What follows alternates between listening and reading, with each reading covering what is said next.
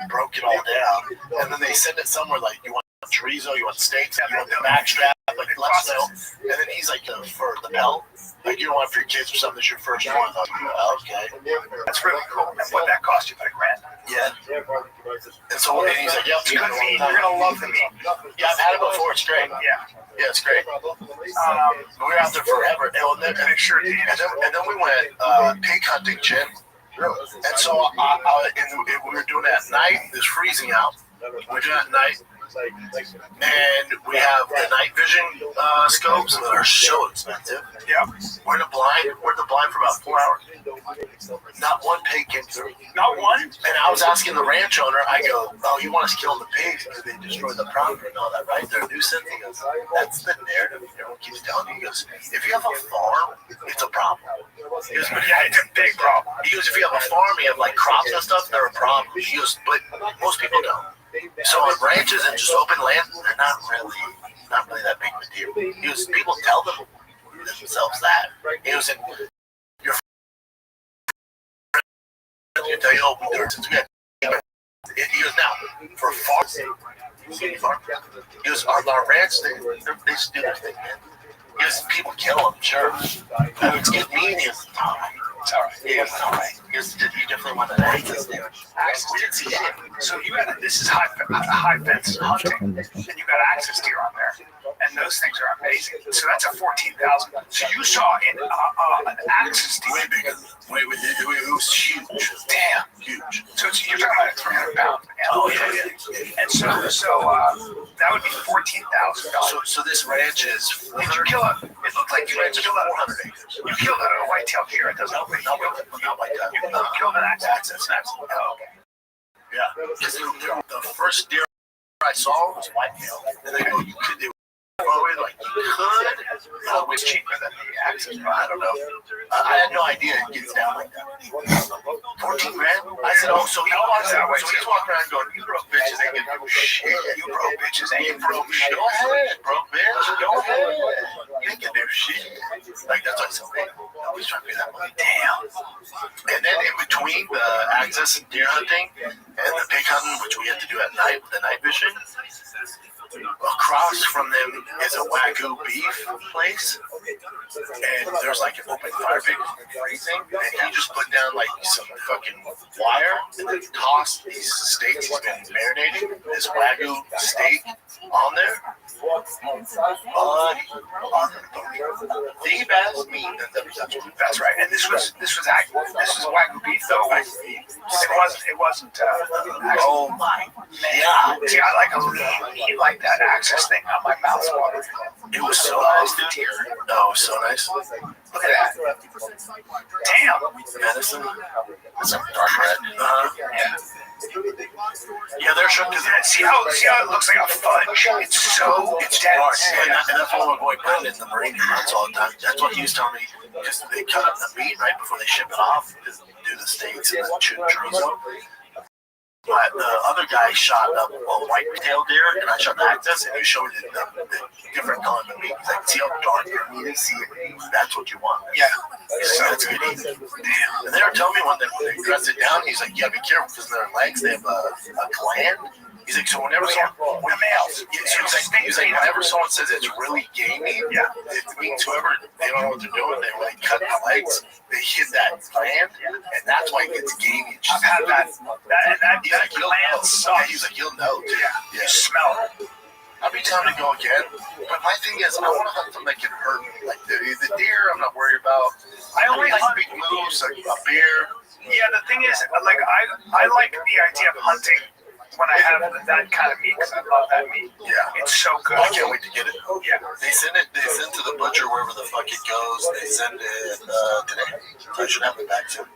Yeah. Where you'll get that sausage and everything else. Rogan always gives me that elk sausage and stuff. That backstrap. For chorizo, the backstrap, and then I want to cut into steak. Yeah. You'll love it. Beef for a while. You got it for a while, you get a freezer. Man, that's crazy. 14 grand. 14 grand. Shocked. It's just also expensive. Elk is the same thing. $17,000 for a tag. Yeah, that's a lot. I think how much moose are getting. I'm like, I thought you just have a license. You fucking do this now, dude. Honestly, how they know? He's like, damn, I'm just kidding. And by the way, And I'm like, you can't like fudge that stuff. He goes, no. He goes, no. He goes, and then you got the warden on game service. He goes, you got the warden on Fish and Wildlife, they're so good. Yeah, that's what he said. He's like, they're so good at it. And not only are they really good at it, but hunters, with all those fees, that's what preserves most of our habitat, wild habitat and stuff. And public lands, it's hunters, it's hunting fees. I did feel bad. Killing that down. That is so good, though. Yeah, I'm excited. It's basically a glorified forest cow, a skin cow, and I will shoot one and eat it all. Yeah. Delicious. Oh, and he showed me the heart. I hit him right in the heart. He showed me the heart. You did? Yeah, you can eat the heart, too. I've had the heart. No, you don't. Oh, yeah, fried liver, heart. I was like, cut it up into strips. That's so much food. I was trying to eat these eyeballs and those. I'll eat their toes. It was fun though. You know what it is? You gotta do the right group.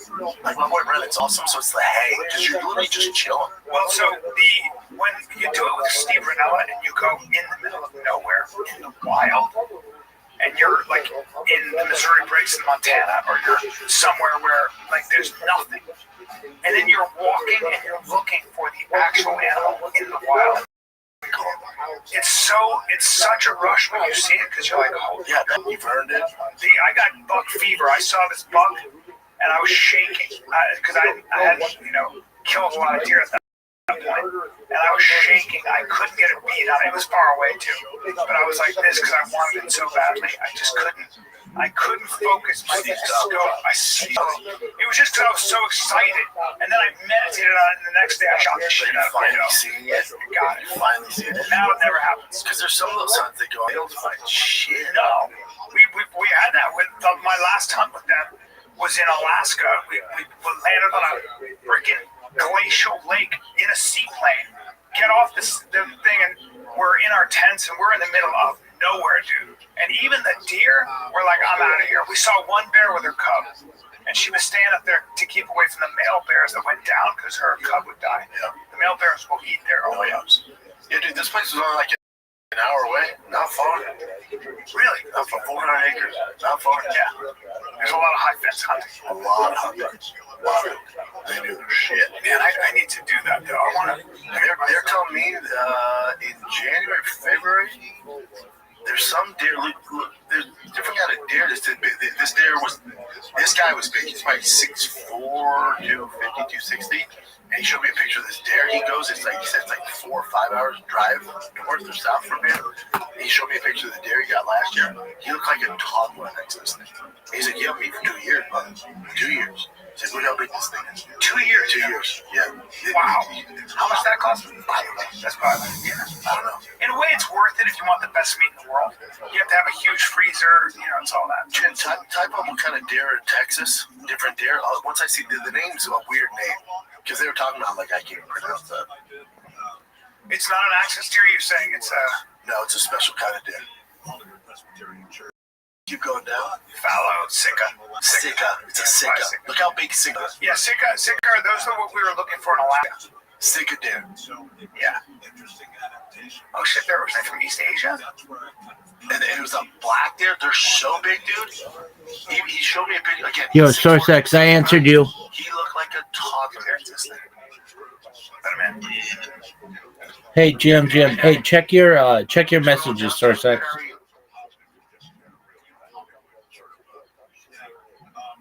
Let's take a little break. I want to talk to you about... SourceX, if you want to talk to me, best place to do it, come to my Discord. Hat on, Fabletics. I said, that looks really good on you. She goes, yeah, it's the same quality as other brands like Lululemon, but better. And it was the prices. Big Dog, I can't hear you really well. Come to my Discord. I'll be able to hear you better in my Discord. Because my wife wears this nonstop. The quality is as good as any high-end active wear you'll get anywhere that you pay $200 like Lululemon. All right, you'll get this for a fraction of the price. And if you're a member, it'll pay for itself. Barely. Come to my Discord. All right, this might be good for women. No waistbands. rolling down, joggers that actually keep their shape, jackets that are warm without the bulk. All right. If you see my wife on a plane, she's in Fabletics. So, you guys are scrambling for gifts. Get ahead of it. Get Fabletics, exclusive quality, perfect fit, and it's great. Okay. So Fabletics already has amazing deals, but right now they're running their biggest sale of the year. On top of that, and I have an exclusive for you, 80% off everything when you sign up as a VIP. Head to fabletics.com/TFTK. Sign up as a VIP to get 80% off everything. I gotta tell my wife this, she's gonna freak out. This is only available through the link we provide, fabletics.com/TFTK. FABLETICS.com/TFTK. Sign up as a VIP, get 80% off everything. That's crazy. 80%, damn. If you guys watch a little show called Kill Tony, you'd know who's sitting here right now. Danny Martinello from Edmonton, Canada. Jeez, all Edmonton, Canada. He's super Canadian. Yeah. Didn't you win something on Kill Tony? I won like a 4-person joke off for their MSG night, so it was a battle. I was do or die. I needed to do it.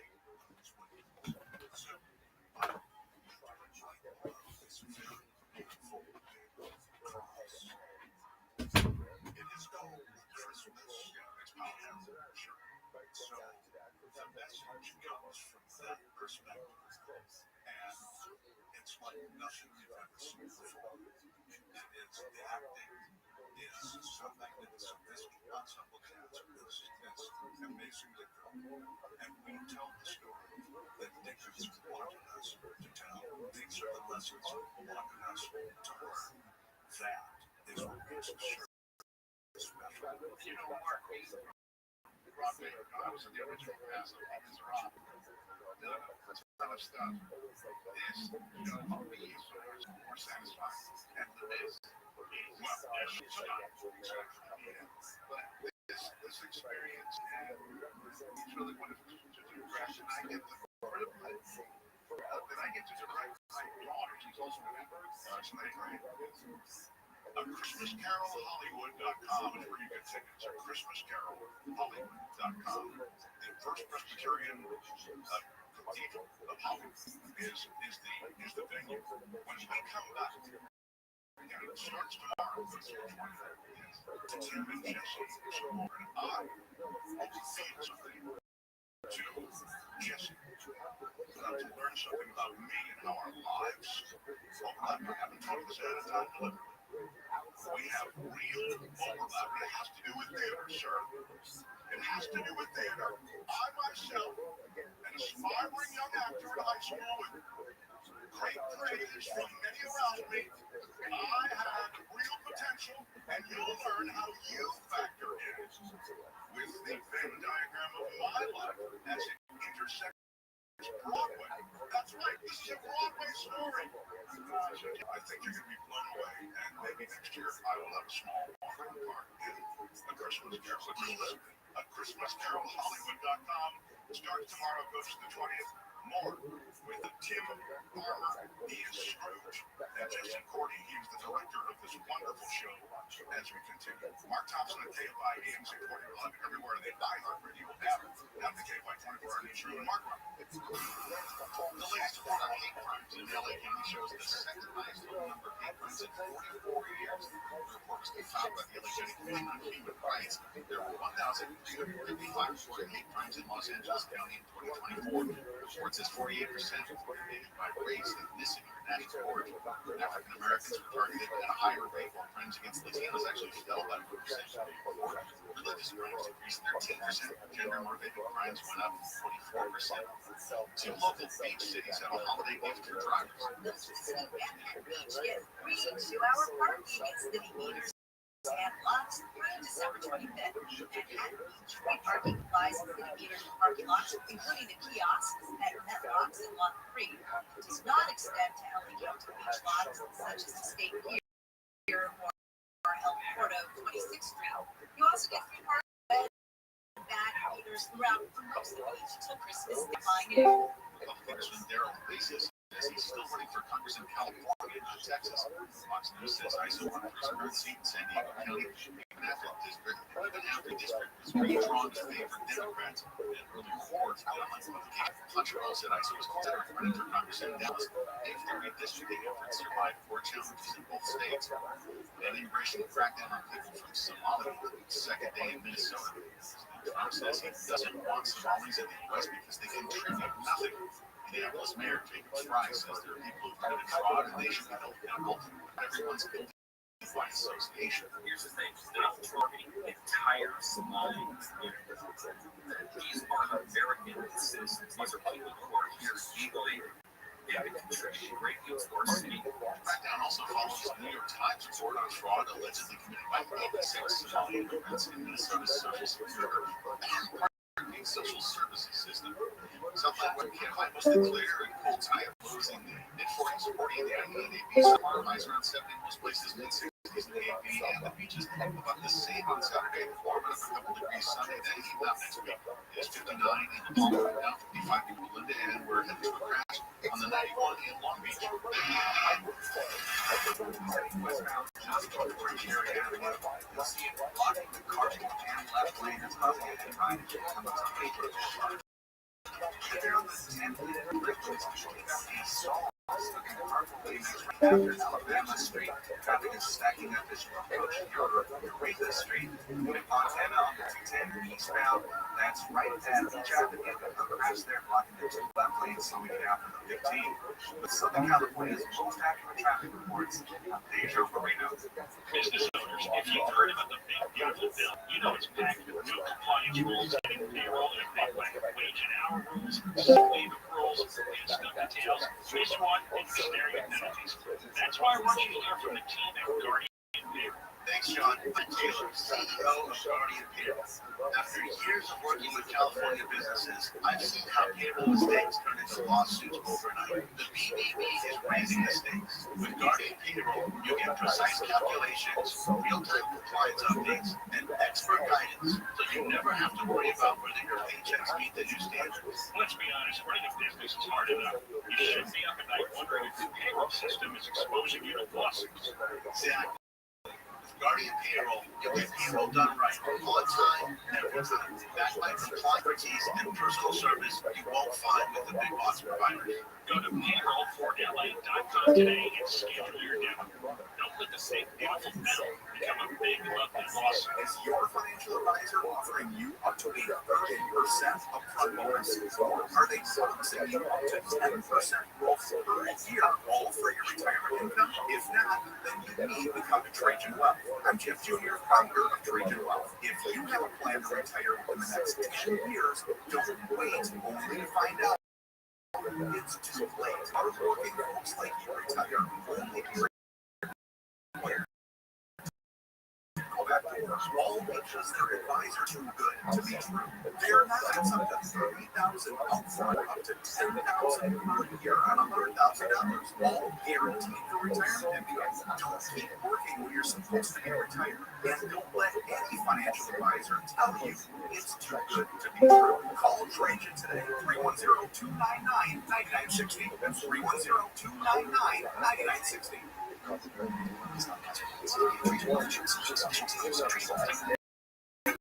Southern California has its wildfire recovery compensation now available. If you were impacted by the Eden fire, you may compensation. File your claim directly with no legal fees. Get receipt payment in months, not years. Decide with guidance from the experts behind the 9/11 Victim Compensation Fund. This effort puts you first. We're helping communities rebuild with support that's fair, fast, and direct. To file and learn more, visit scp.com/direct claims. Not knowing the difference between a HELOC and an HEI could cost you. I don't know the difference. Oh, I got you. A HELOC is a loan with interest, payments, and strict income and credit requirements. A Splatero HEI gives you cash for a share of your home's future value. No monthly payments and no income requirements. And you can qualify with 500 minimum credit score. What's better? Visit Splatero.com today and access your home's equity. No monthly payments, just cash in hand. Splatero. My uncontrollable movements called TD turned into dyskinesia from embarrassing. I felt like disconnecting. I asked my doctor about treating my TD and learned about it.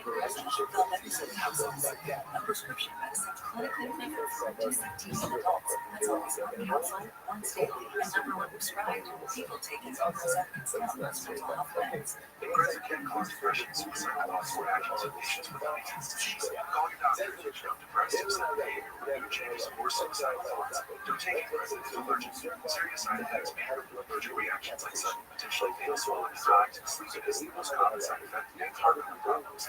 No antidepressant events, operating a car or dangerous machinery, or fever, stiffness, problems thinking disease might be life-threatening.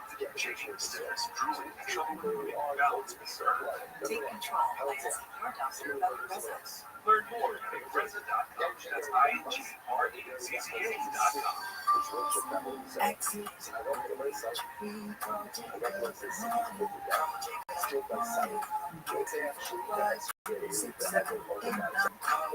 December is your last chance to celebrate American Vision Windows' 25th anniversary with $250 off per window plus free installation on 4.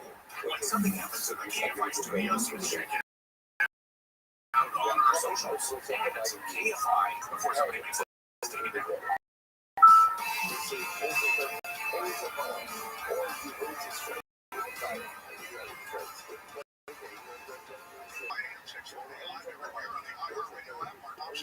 It's Thursday night on KFI, and the guys from Christmas Carol, this is a really special show. There are probably those who are familiar with it in Hollywood. It's been running for 79 years, although it's taken on sort of different flavors of production during that time. But Jesse Courtney is the director, and he has a great Broadway resume. I mean, wow, they are really lucky to have you involved in this. This is 5 years you've been doing it. 5 years I've been doing this, and we have obviously we've had different actors and stuff that just come back, and it's like, you know, again, you're telling the story that is any story of redemption is gonna flop. And don't ruin it. And I'm telling you, First Presbyterian Hollywood is where it is. The First Presbyterian Hollywood again, but it is a stage production until Farmer plays Scrooge. He himself with a deep history with this work, that is to say, with the Christmas Carol. You're well familiar with this, and so having played this part of Scrooge before, while this has a different texture, you're familiar with the material. Oh, definitely. But this is special because I am a Christian. I belong to Hollywood Presbyterian Church. That kind of stuff. Congratulations. There are no, yes, no. It's allowed by, I mean, you've been doing the production in your church. It is special, and we're very thankful that they allow us to do this. But there's not, I want to be clear, as I understand it, religiosity. It's a Christmas Carol. It's the Dickens story. I mean, I don't remember. Maybe there is religiosity in the original. It is called Christmas. Christ is the reason. So it's not fiction. Yeah, that's what I mean. Right. Now, that may be your inner monologue, okay? The point is, if I'm there, I'm not being, they're not proselytized. It's a Christmas Carol, and it got to the First Presbyterian Church of Hollywood. It's a real production that's immersive, quite special. And again, it's a Christmas Carol Hollywood.com for tickets. Now, Jesse, you have done Broadway productions. You've been the voice of many Disney characters. Beauty and the Beast, I think yeah, of course, Mike. You've done so much. And you have a connection to Les Miserables, the original production of Les Miserables. Now, I have a connection to the original production of Les Miserables. Now you're saying, Mark, how can you have talk shows have any connection to this really robust world of that and incredible success that has is Les Miserables? And you're thinking, and I am going to tell you that when I was in high school, I was quite an actor. I didn't want to run down all of mine. Tim, I mean, you know, as an actor, you don't let them lay it all out. But I will tell you, I played Theseus in Fiction Ministry. Okay, sure, yes. And from Shakespeare to pop culture, I played the Tin Man, which was. That was for Silver Spring Stage at Community Theater. It's not where our story ends, though, sir.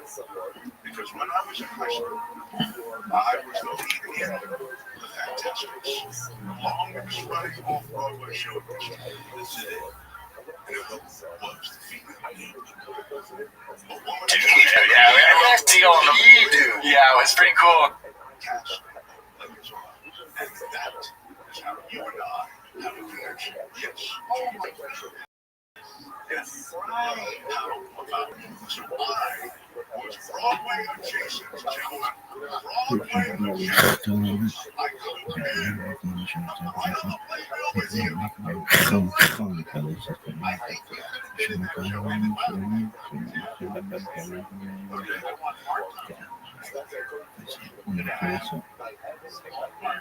It was a surreal moment, but it was like one of those ones where it was like kind of like a gladiatorial battle where I'm like, what will happen? And if I'm gonna go out, I'm gonna die in the sands of time, kind of thing. Yeah. Have you done big shows before? The most I've ever done was 2,800. So like, big too, but yeah, going MSG. Especially the kids that have never done stand-up and get up there, and you're at MS fucking G. Yeah. No, I was like pretty cool. I was like chilled most of the day. I didn't really get too nervous except for right before I went up, and then I just had to throw in a little bit of Wheat Kings in there, but it tragically hit bring me back to home. Hell yeah, dude. Wait, so it was a roast battle, so you went back? No, it was like one comic would go up, do their minute, the next guy would do their minute, the third guy would do their minute, then I did my minute, and then it's voted on who would like succeed or who would go past it. But You're a killer. yeah, I needed to do that though, because like 2.5 weeks prior to that, I got a little bit sauced up at mid-season, kind of cornered Tony, being like, I don't know what you got planned, but all your guys fuck them all smoke them. Yeah. To the point where it's like, I probably should leave right now. Yeah. You know what? All right. Yeah. But Tony likes that. Yeah, he did, but it was like definitely a do or die where I was like, I'll walk away from the show if I don't win, kind of thing. But yeah, Ballsy, dude. yeah. Tony likes that. Yeah. He's either confident, cocky dude. Yeah, a little bit. Yeah, he liked it for sure, but I definitely let my Albertan show that night. Yeah, you drinking. Canadians, when they drink, man. Yeah, I get a little sauced up, babe. Fire temper gets going sometimes. Yeah. Dude, where you're from, Edmonton, Yeah. the oil fields, the drugs, and the fucking, like, it's like guys who work, like, 5 months hard as shit in the field somewhere with the grizzly bears. Oh yeah. And then they come back and they Just want to spend money and party. Well, remember that clip we showed on there? He was a former NHL enforcer, and that drunk dude on the golf course keeps talking shit to him. He's huge. Oh yeah. The drunk dude keeps talking shit to him. They just grab him. He's Canadian as fuck. He's going, wham! Like he's doing the voice. He's going, wham! The best part too, doesn't he go, I didn't want to do this. Yeah, at the end. He's Canadian as fuck. Yeah. Because he whooped his ass, was kind of nice about it. You know? Yeah, it would have been sweet if they made one of those like old school Batman kind of style videos too. Where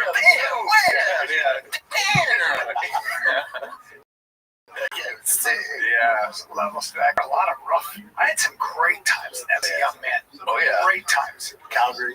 Because you'd always sell out in Canada, like, and Winnipeg, Vancouver. It was always crazy crowds. Yeah, sold out. They loved it. They came out in force. I would always be shocked at how many people would come to see I stand-up. was trying to cut everybody's dick off up there, right? Soft shit. Oh, okay, yeah, sorry. I thought you were just being like, that's a Friday thing to do. Hey, would you like a little circumcision there, Brian? Yeah, I guess, sir, sure. Yeah, whatever you say. Yeah, I mean, like, there's definitely, like, a huge movement, I guess. Yeah. But the pendulum is swinging back. Yeah, you think? Our military is like quitting too and stuff, so I think it's like a huge kind of thing right now where they're like, oh, we breathe. Yeah, you guys got to be so crazy woke. Remember the truck drop too? Like shut everything down? Yeah, well, also the bank accounts. Yeah, seize their money to GoFundMe, everything like that. But Trudeau's hooking up with Katy Perry now. That guy just doesn't, man. Yeah, here we all thought he was gonna come out gay. Okay, but he and Katie probably spend a lot of time looking at us in the mirror. Yes. Yeah. You know, I mean, it's an interesting. They make love with some Katy Perry. I always do this joke. Katy Perry went up to space, and was looking at that vast expanse. And you know what she said? She goes, I never felt more. I realized when I'm there that I was loved. And I was like, leave it to her to look at the universe and go, it's all about me. Remember when she came down and acted like she fucking walked on the moon? And technically they didn't go to space. Didn't they just go like on the outside of the We went stratosphere? 65 miles up. Oh, really? Yeah, that's kind of a lot because when you're in a plane, you go 8 miles up.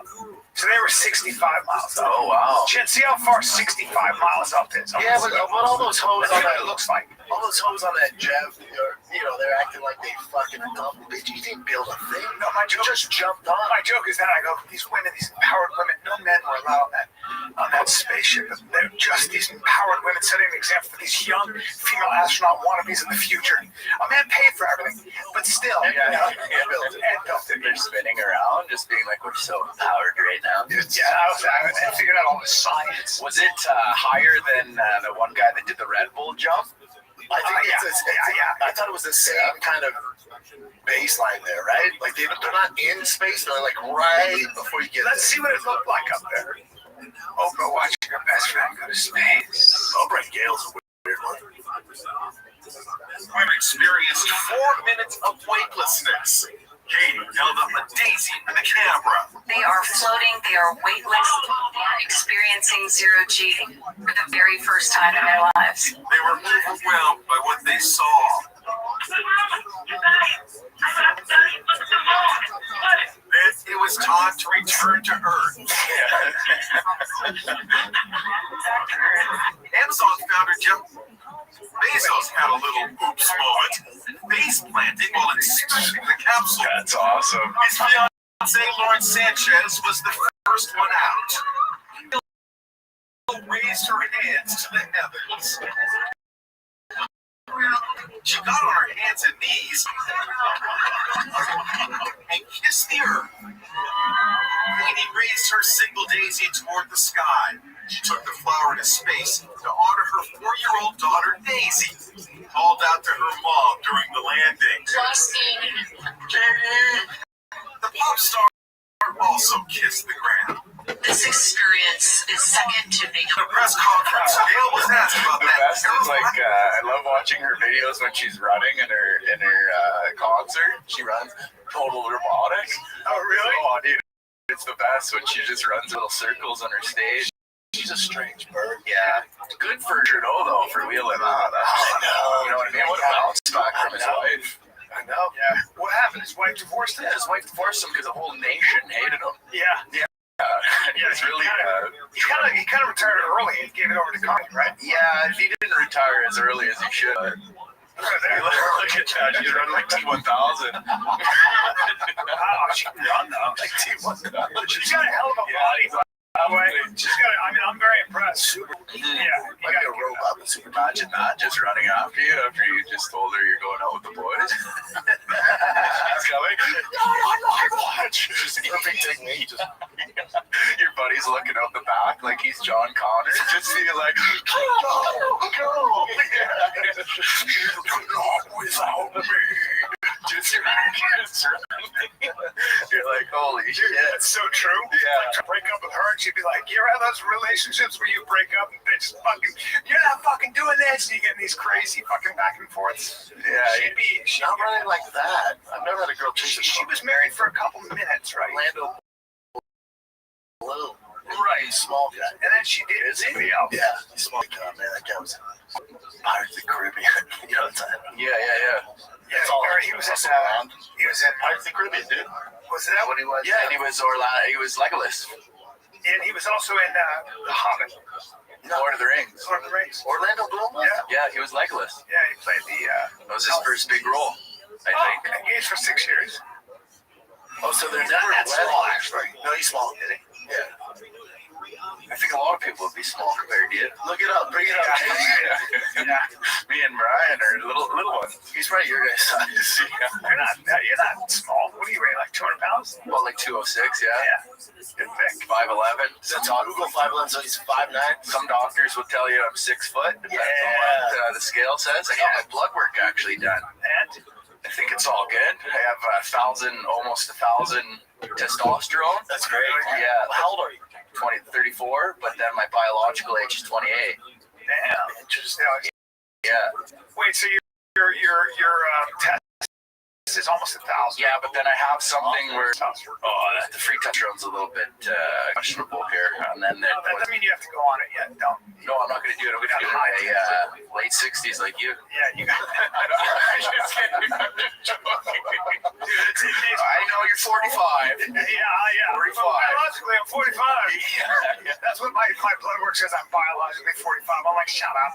Yeah. Fuck about that. What's that? Where can I? What would it be under hormones, right? Yeah, my DHEA-S below optimal 7.0, and then what did you want? My free? Yeah, what's your free test? 81.4. It says below optimal. Mine's 44. It depends. You get this. If your sex, My sex hormone is high though. globulo, yeah. What is that at? 64. Mine's 96. Shit, you're a horn dog, aren't you? I'm old. No. It binds up your testosterone. Oh, so if it's high, it's bad. Then I talked to like a couple guys. This guy was at Johns Hopkins again. He goes, "Yeah, do you have symptoms? Like, do you have problems getting it up?" And I was like, "No." And he goes, "Then I wouldn't worry about it. But if I want to bring it up, just why not for recovery and stuff." Kick it up. You know what I mean? Give it a little. So did you move straight out here from Canada? No, I went to New York for a year. So I went from Toronto to I went back to Alberta. I waited for my visa. I worked on the rigs for like 6 months, like in the refinery, and then How was that? it was fun, but it was hard because I basically would go and do 14s and then 7s. So I would do comedy maybe like 3 times on my days off, and then I'd go back. But then I kind of like run little smoke pit shows. So then I kind of had like smoke pit open mics with all the other guys that wanted to like bounce jokes off. Yeah, Like just smoke pits at the so you do like little fun. oil fields. Yeah.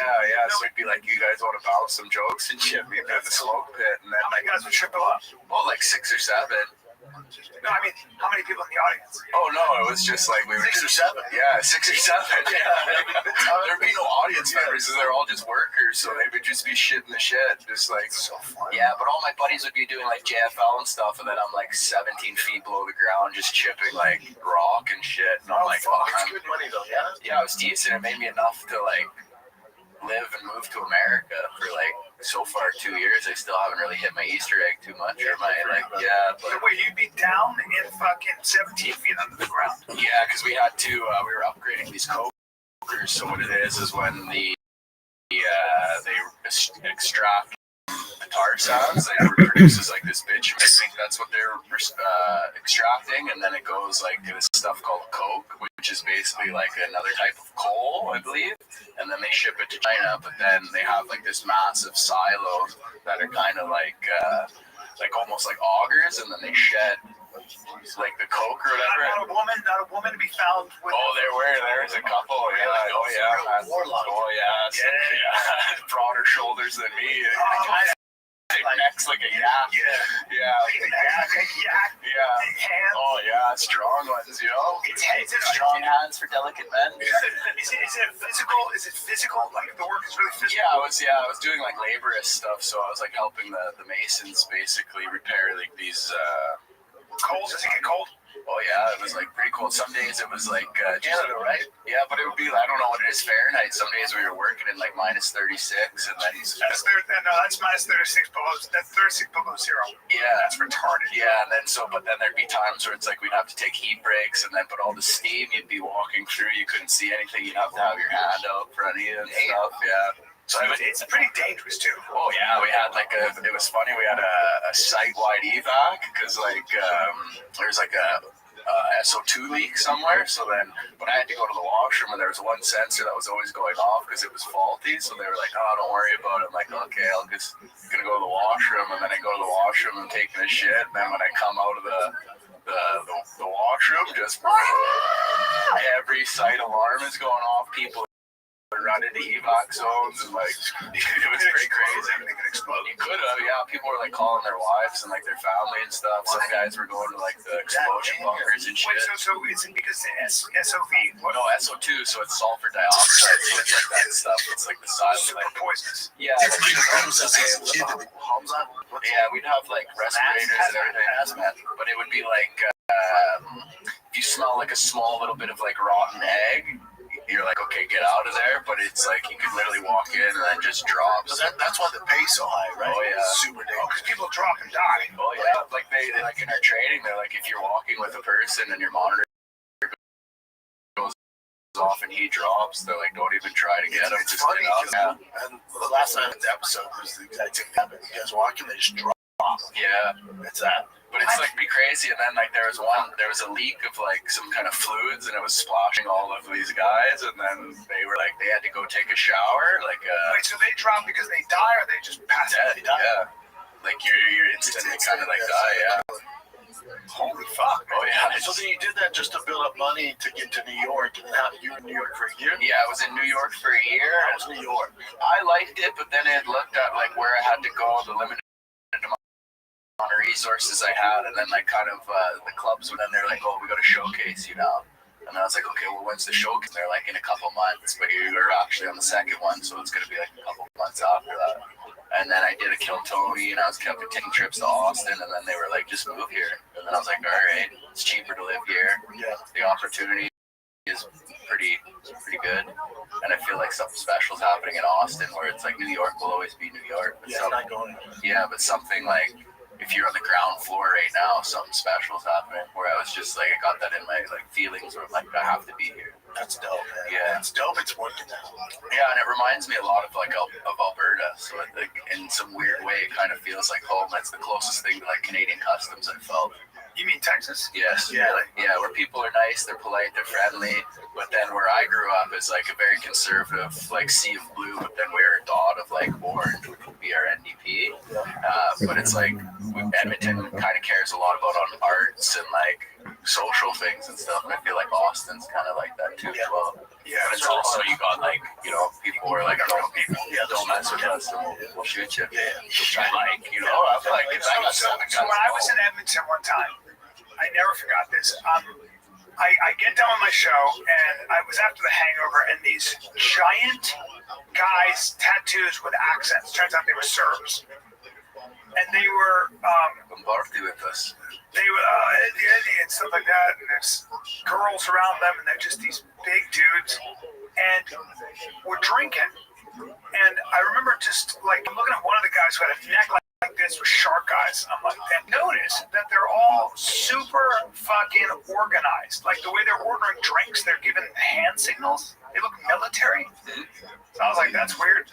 So they go, you got to come to our party. And these three girls, they go, you're taking Eddie. So these three girls are like, you're coming with us. I'm young. I don't care. I'm like, all right, yeah, I'm not going to say no. I don't know. I have nothing else to do. Yeah, especially in Edmonton after a Three show. girls get in my show car, and these guys get in this big white Mercedes. And we're going, and I go, guys, and they go, you don't know those guys? I said, no, I'm not familiar. She goes, oh, yeah, that makes sense. Well, they're like basically a gang. And I'm like, oh, okay.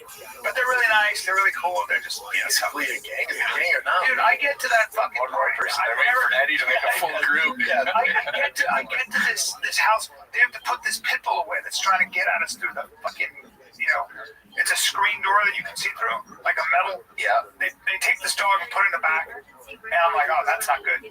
I've never seen this before. I walk in, and the guy with the shark eyes with the huge neck is shaving blow off a brick. Oh, wow. They've got Molly all wrapped in a plastic you can swallow that you can ingest. Yeah. And so they have these Like a little parachute cup? Yes. I've never seen that. Yeah, I neither have I. I've never done that. I've never done it. Dude, he shaved a brick. Like wine-shaped eyes? Yes, and they got they have straws. People are getting so fucked up, and he's like, "Go ahead, try this," and I'm like, "Oh, I'm good, bro, I'm good," And he goes, "Hey, You got the nose this for is it. our stuff.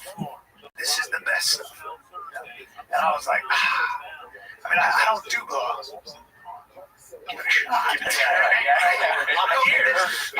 I don't want to offend you. I don't want to offend them. I mean, I'm right here. I'm being rude. Big ass nose for a reason. Man, that kind of stuff. Cougar, double barrel, 2 straws up. Yeah, I never done it before, boys, but holy shit, this isn't cut. I'm not a drug guy. I'm just not a drug guy, man. I Oh, yeah. like that much, and I'm like, I just don't, I didn't do any Molly. I left that party, and they were so fucked up. The whole place was fucked up. One of the girls that was there was talking to me at 100 miles an hour, and she was all coked up with bruises on her thighs from the old pole. I was like, this place is not. Then there was a hot tub. They wanted me to come in. I was like, no, I'm good. It got weird. It sounded like these were really good guys. Yeah. By the way, there was chicks. They're trying to give me a hot tub. They had this fucking cool pizza. Free drum. Ryan leaves as soon as they close the door. Bit of a dot. He sucks. Sucks. Let it be fun. Where is the women? Let's go. basically what they were. The girls were being grabbed and just taken. I was like, all right, this Sounds like they're having a really nice night. how my night ended. Fucking, you want to hear the lamest thing? You eat Ben and Jerry's alone in the hotel room, just going, I really miss those guys. I'm alone. I don't know. I don't have a GPS. This is actually how long ago this was. And I see a fucking border collie just kind of running around. Poor thing was like lost. I put that thing in my car, and I'm trying to find where the fucking dog's home is. I couldn't figure it out. I ended up going back to that place. I go, look, I found this dog. You have that pit bull, I know. I said, keep the pit bull away. And they're like, oh, yeah, I will take it. Find out where this home is. And one of the girls goes, I'll find it. I'm like, please. Does it have a dog tag on it? Or? It had a dog tag on it. For sure fed that border collie to the pit bull. No. The girls like, oh. And I was like, all right, the dog's No, they murdered. They ate it. They're all coked up, so is the pit bull. They murdered your border collie. Yeah, it's just strung up. Cocaine pit bull. They're like, Eddie brought us some bait. It is cool. I thought they were going for the good. I heard in that area where the Hells Angels had a chapter on 3rd Street, right near this bar in there, and I heard that under the house they had a hyena. Yeah, and they had a hyena. At one point, they had 2 wild boars. Sounds so good. And they had a hyena, and they had this fighting dog, this Corvino line fighting pit that was a champion in Florida. And they wanted to see how it would do against a hyena. And I don't know if this is true, but I heard this. And they let that dog, because what pit bulls, those kind of dogs, it's called scratching. And they're scratching, they're trying to get at the other dog, right? And usually with pit bull fights, when the dog stops scratching, when he scratches out, it's over, right? So this dog is this fucking, like, just an alligator with, like, just jaws like feet, and they like that. And that fucking hyena looks at that dog, and they let that dog From Africa. They said apparently that spotted hyena from Africa. Africa, bitch. That hyena apparently Clint Eastwood ass. it bit down on that motherfucker's head. That pit came at it, but it grabbed it, and the hyena went and bit its head and bit through its head. Just It's been dealing with lions its whole life. You think a pit bull's going to be like... That hyena was like, I bite harder than you do, bitch. Yeah. And I'm bigger, and I have harder bones. Dude, I came here in a boat. What is this steel cage? The pit bull has a kettle. What's this English-made dog? You You get water, you pussy? No, it's a fucking hyena. Let's take a little break. Talk to you about DraftKings. The Octagon isn't just in Las Vegas anymore. It's right in your hands. DraftKings Sportsbook, official sports betting partner of the UFC. Right now, we got Dashvili and Jan. Okay, Marab and Panther face off again in the UFC 3-2-3. Every punch, every takedown, every finish, it all has potential to pay off in real time. New customers bet just $5. If your bet wins, you'll instantly get paid $200 in bonus bets. And hey, Missouri, the wait is over. DraftKings Sportsbook is now live in the Show Me State. How about that? Okay. Download the DraftKings Sportsbook app. Use promo code FIGHTER. That's code FIGHTER to turn $5 into $200 in bonus bets if your bet wins. In partnership with DraftKings, the crown is yours. Gambling problem? Call 1-800-GAMBLER. In New York, call Hope and Y or text Hope and Y 467-369. In Connecticut, help is available for problem gambling. Call 888-789-7777 or visit ccpg.org. Please play responsibly. On behalf of Boot Hill Casino and Resort in Kansas, pass-through of per wager tax may apply in Illinois. 21 and over. Age and eligibility varies by jurisdiction. Void in Ontario. Restrictions apply. Bet must win to receive bonus bets which expire in 7 days. Minimum odds required. For additional terms and responsible gaming resources, see dkng.co/audio. Limited time offer. Do the show. This is years ago in Minnesota. I come out on stage. I see all these like rough-looking bikers dudes in the front row. It's bad. I'm like, what? The fucking Sons of Anarchy breaker? What are you? They're like making fun of them. Yeah. And now for laughing. Like, oh, the fuck? I see my brother back like this. I'm like, what the fuck? I can't see. Full touch. All Hell's Angels in the front row. I'm like, I'm trying making fun of him, and one just like shaking his head like, oh fuck. Yeah. Well, what do you do coming to a comedy show? You can't take the piss out of What are yourself. we doing? What are we doing? Dude, so then I'm at the meet and greet, and they're all in the meet and greet. I'm like, oh, they're gonna fuck me up, dude. What the fuck am I gonna do? My brother's like, I don't know, man. But do we just call them? Like, yeah, let's see. They get to the front, they're awesome. And they're like, hey, man, we own the club down the street, the Baby Birds. We're gonna feed the baby birds. I'm like, I don't know, Minnesota. Is that what they're saying? Sure. Yeah. They had a strip club. It's not gonna like they're gonna steal off. They're usually typically like bears and like really nice guys, and you cross them, and they're the worst people ever. We had a friend, we had a guy we knew who did the merchandise, and he spent a lot of time with Hell's Angels. And I said, what are they like? It was the best description of any time you're with any organization that might be a little, might be part of the dark arts. He said the greatest thing. He goes, he goes, grizzly bears. So what? He goes, just understand that if you want to be around grizzly bears and photograph grizzly bears, just always remember you're not a grizzly bear. And the minute you forget you're a grizzly bear, you get eaten. Yeah. So just because you're in a chapter, because you're friends with some Hell's Angels guy, another dude comes in from another chapter, he doesn't know you. And if you're not a guy who wears a patch, he doesn't give a fuck who you are. If he punches you in the face because you're being too familiar or whatever it is, that's the way it is. You're just dealing with different My dream guys. since I was a kid to be a Hell's Angel or a Bargo, some shit like that. That'd be sick. You wanted to be a Hell's Angel when you grew up? Until I did, and then when you read the book stuff, you're like, that's so stressful. Oh yeah, for sure. It made me be an enforcer. I feel bad for people. I probably wouldn't get the money. Yeah. They give me like some excuse, but I get it now. See, Yeah, you're beating them up to get the money, and then you're like, I'm sorry, man. I'm so sorry. Well, you also have to take serious risks. You're going to jail eventually, right? Oh, You're all in due time, which would suck. It's hard. I just want to be part of like a motorcycle group. Yeah, I don't even need a gang. I don't need a gang. Just put a little teddy bear on my back patch. Yeah, man. Just let me hang out with the boys. Yeah. I don't want to do any of the dirty. I'm here for vibes. Yeah. I'm here for vibes. I won't even drink your shit. Your career prospect. Like, you don't want any of the full memories. You're like, just let me be the bitch, boys. Come on, man. Like, I'll get you guys coffee. I'll tend to the hearth. I'll cook for you guys. I'll be the one that takes all the trucks to get washed. It sounds fucking dumb. And it's like a brotherhood. Like, they don't snitch. Notice that, like, a lot of them, the Hells Angels don't snitch on. Dude, when I was doing Oz, They're the most successful dark arts game. You were in Oz? did that TV show this season. Oh, wow. And Chuck Zito, he was vice president of the Hells Angels. I shared a dressing room with him, and his boys would come to the set, and you see these guys when you're a regular dude like me, an actor, and you see these hard-looking motherfuckers, 6'4", 6'5", big dudes, and they were just true outlaws. Like, you just see that they have something nice, dude. They'd be like, they smile, they were great, they were happy there. The blue collar tough fucking dude. Bro, I remember that. There was a bar called The Edge, and it was right near their clubhouse, and they would go, and you could go to The Edge. They were cool. And I remember this guy was just talking to this Hell's Angel guy, and I go, what was he talking about? I was just asking him questions. I was too young to think that you could even, I was always just, I was like, there's nothing I have to offer, so I'm not going to talk to them. Yeah, they're not going to talk to me. But they were always, for a guy like me, they were always fucking cool as shit. They were just giant outlaws. You were like, well, different kind of I would love to be part of it. I feel like I'd fit in, except for You would because of your size. Yeah, but the murder stuff, and also I'm not a big motorcycle guy. Like, can I just follow you in my truck? You could. And I'll toss a Hell's Angel sticker on the back. Can we do that? Well, you have to get a bike.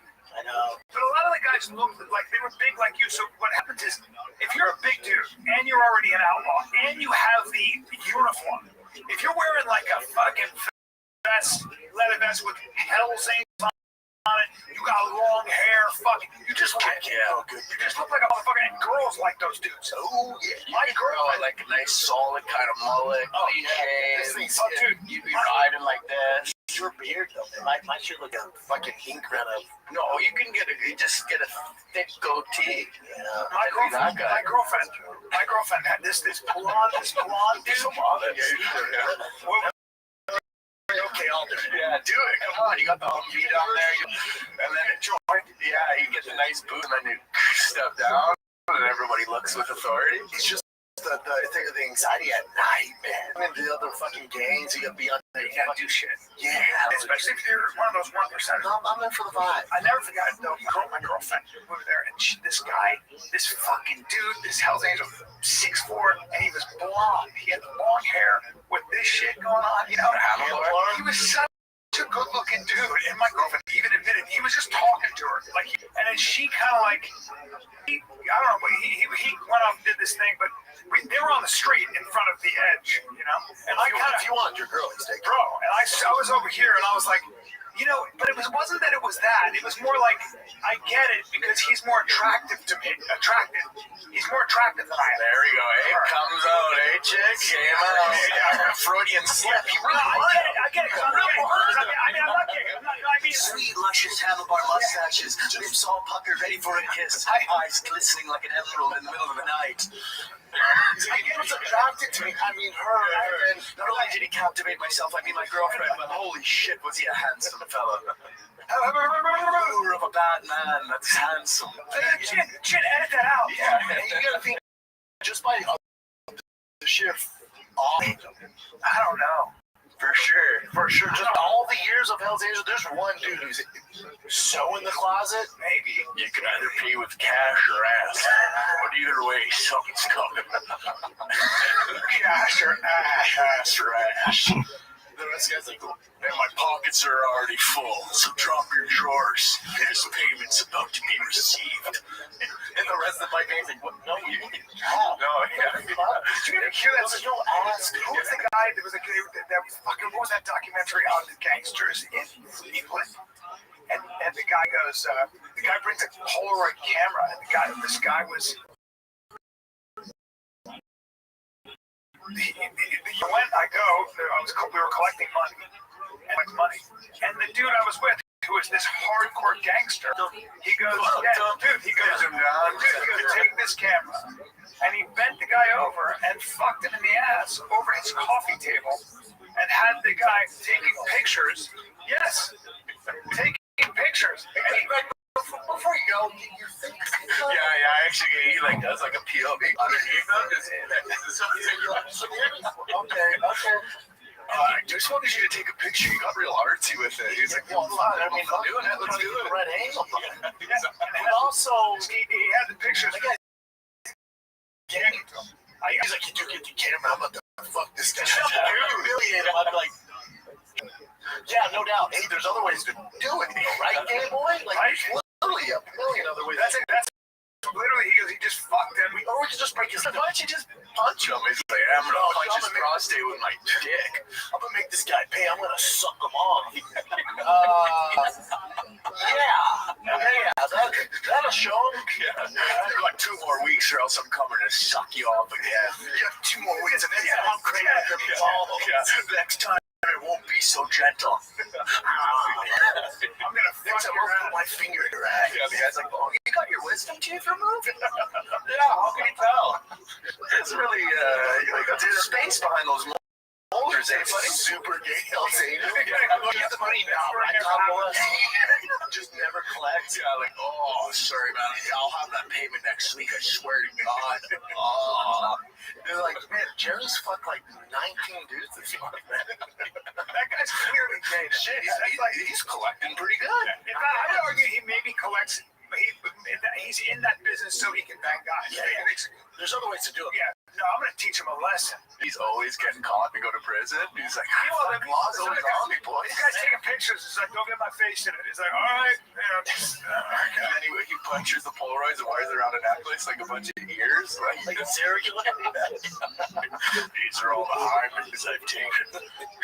Hymens. Just super gay. With a big list, too. Hey, Gary, can we talk to you? Man, we appreciate all the work you put in, but you're not really collecting money. You're just kind of fucking these guys. Oh, what? So that's a problem? So now, that's a problem? That's a problem? You don't want me to debt collect for you guys anymore? Because I'm out in the streets risking myself every day. For what? For you think I just want to fuck these guys? These guys need to get fucked. If not who, then I. If not who, then I. If not I, then who? If not now, when? If not me, who? Yeah. You ungrateful bitch. Are you guys gonna go to every one of these establishments that we're protecting and fuck their ass? No, I didn't think so, alright? So you sit down. They don't call me Big Jolly Jared for no fucking reason. I'm a full patch member, goddammit. Can I get back to work now? Yeah. You guys are sucking dicks for patches. I patch you. You wanna be a full member? Drop the drawers, boys. This chapter's about to be fierce. The fiercest chapter in all of West Hollywood. Give me the eyeliner. Give me the eyeliner. This shit's about to get real. Daniel, be it. Everyone near you. He does the fucking little whiskers. War pig. Give me the eyeliner mascara, boys. We're hitting the streets. The other guys are like, oh, shit. Jerry's gay as fuck. Showing up with assless chaps and everything. Gary smells like cologne. Yeah, dresses like Mr. Slave. That's his thing. You look like a village boy. Well, it takes a village to raise an idiot, and there's a lot of fucking idiots around here. Whose dick is gonna get sucked tonight? Takes a village to raise an idiot. He calls his dick Nicole Cannon. Nicole Cannon. Yeah. Who's writing this holiday? Exactly. Davidson isn't the only thing that purrs. The gay gangster meter hits red hot every Saturday night. We will collect it. If we don't, somebody's getting fucked anyway. Colon, We're collecting checks and crossing nuts. Season premiere of NBC. That's it. Butt biker. Right after The Good Doctor. Oh, hey, Jack, can you put some jeans on underneath the fucking pants, dude? Your assless chaps are kind of giving us a bad rap. I'm bringing the coconut oil. It's a coconut oil.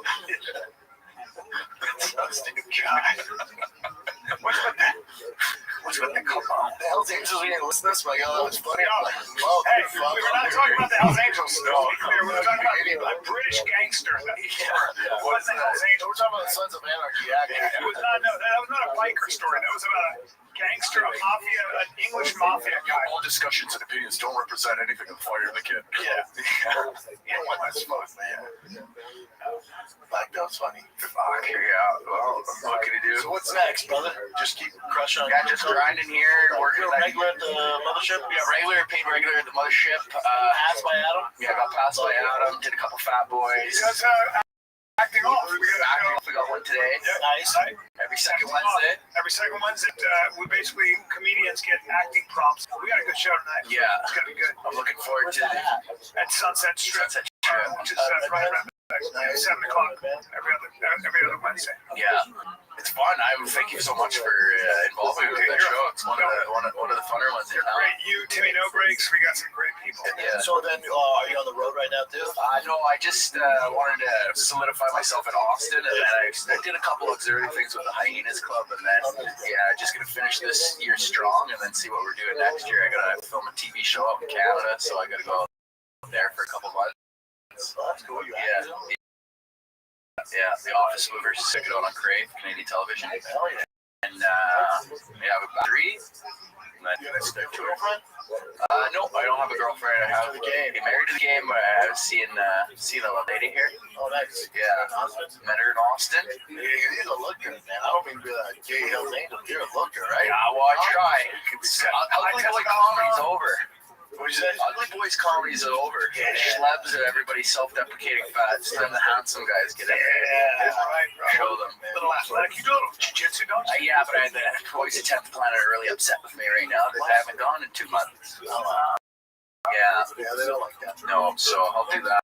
Exactly. I'm busy, I'm chilling, I'm lifting weights, chilling. Parents still. Parents are still in Canada. How do you support it? Yeah, Dad still wants me to get a construction job some months. That's what. Oh, is that right? Yeah, that's Italian Dad. He always still wants you to Is get. it with that construction guy? No, my dad's a post office guy. Yeah, but you know what it is. It's Italian, so Did you go to college? Yeah, I went to art school. Art school. Yeah, I went to comedy writing and performance course. But then I got a in fine arts and professional acting, and then I started doing comedy in high school, like stand-up, and then I was like, I don't really want to do theater. So you get some chops. Yeah. So, Shit, right? He's great. Yeah. You gotta see some of the stuff. Yeah, traditionally improv and theater was my first forte, and then I started doing stand-up halfway through grade 12, and then just never looked back. Just let you know, man, this show's been known to launch a few comics. Well, I'm ready for the fan base. Let's go. I hear they like commenting, so comment away. Comment away. All right, Joe, what do you got for us, brother? All right. Take a little break. I want to talk to you about a company called Rothschild. All right. People have ED. All right. Very common problem. Erectile dysfunction. A lot of men deal with it. You get a lot of excuses. Stress from work. I'm tired. Happens to everyone sometimes. Well, guess what? 30 million men suffer from ED. Yeah, you're not the first person. So here's what happens. Your body needs support. This word Rugiet, RUGIET can help. RUGIET.com.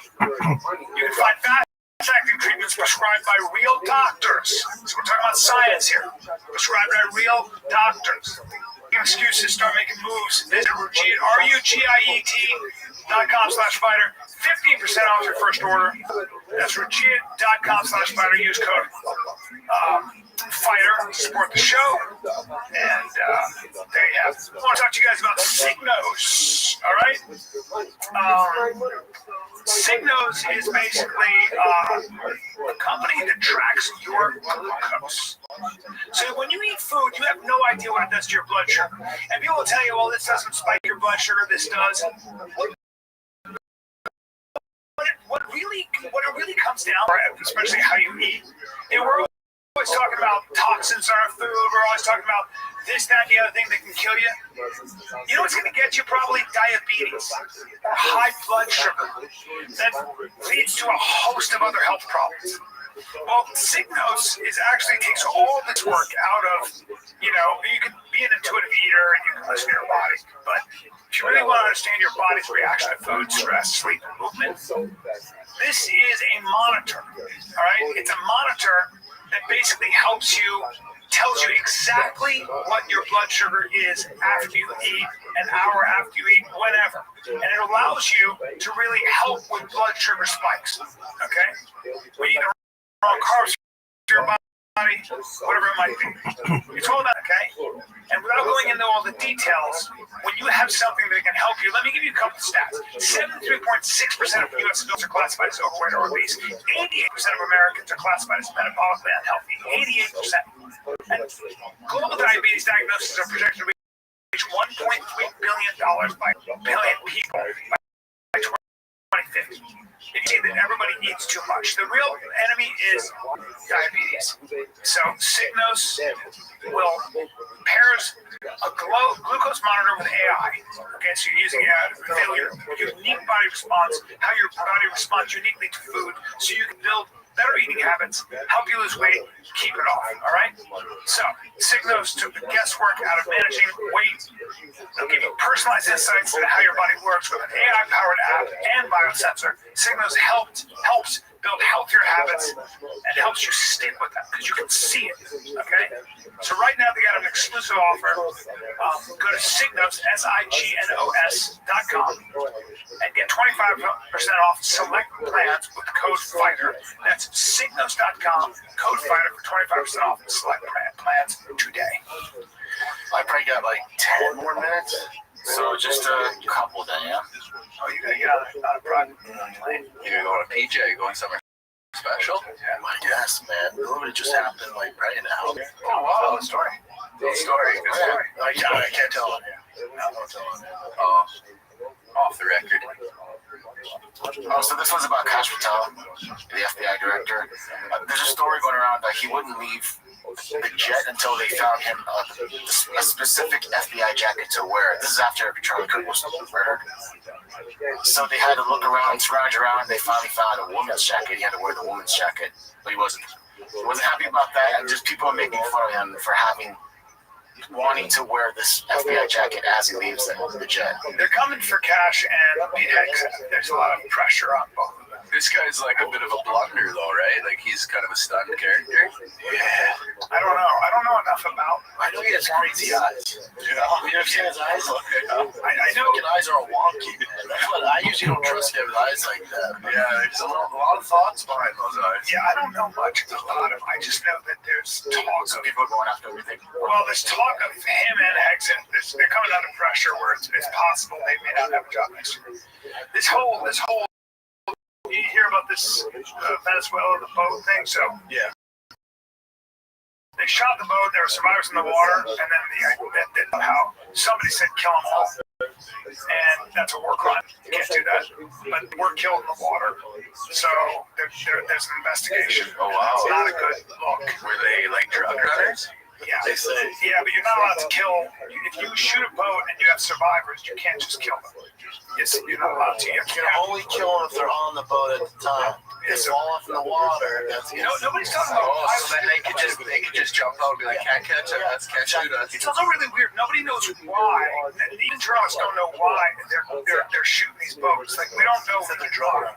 Yeah, but that doesn't hold the water because there are a lot of other drugs from Venezuela, really.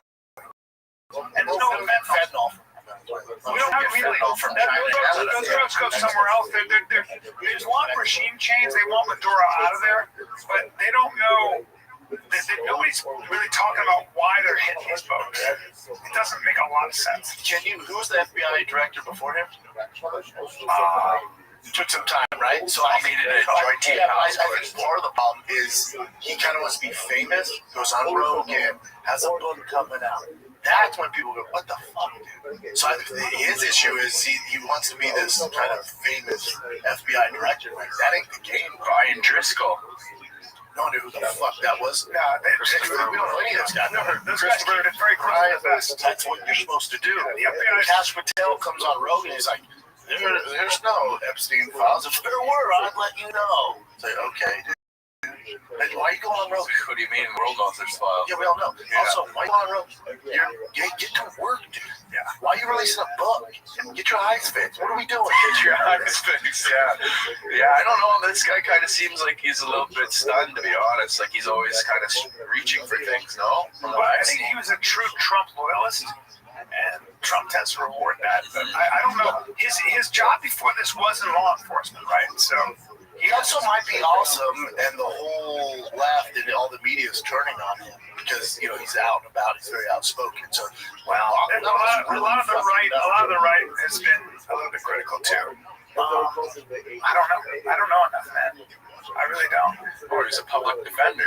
Federal prosecutor. Yeah, he was a federal prosecutor, public defender. I'll say this: out of all the people, he seems pretty cool. You hear him talk, he seems fucking cool. He goes to the UFC. I know some people that know him that say he's really cool.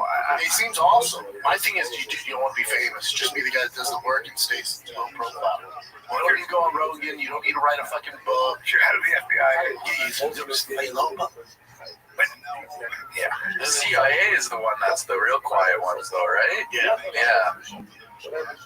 So maybe the mafia was fine till God, he wanted to get famous. And be on Time Magazine, start wearing these flashy suits. he had people lined up, and he would have his hand on Saturday in the street. Yeah. The FBI was like, That's him. Well, he's the downfall of the mafia, of course. So the whole code is, you don't want to be a public figure. Real G's moving silence. oh, of course. Like, that's what Sammy at the Bull was like. We were a secret society. You don't want any attention. You want to keep your shit so low. Gotti had it the size of the Empire State. You stay off the radar. was just like, no, I want to be. He said, look at the public, they love me. He was like, the public loves you. What the fuck are you talking about? Fear you. You know they caught you ever hear when they caught that Chinese triad, the guy who ran the Chinese mafia? Did you ever hear this story? No.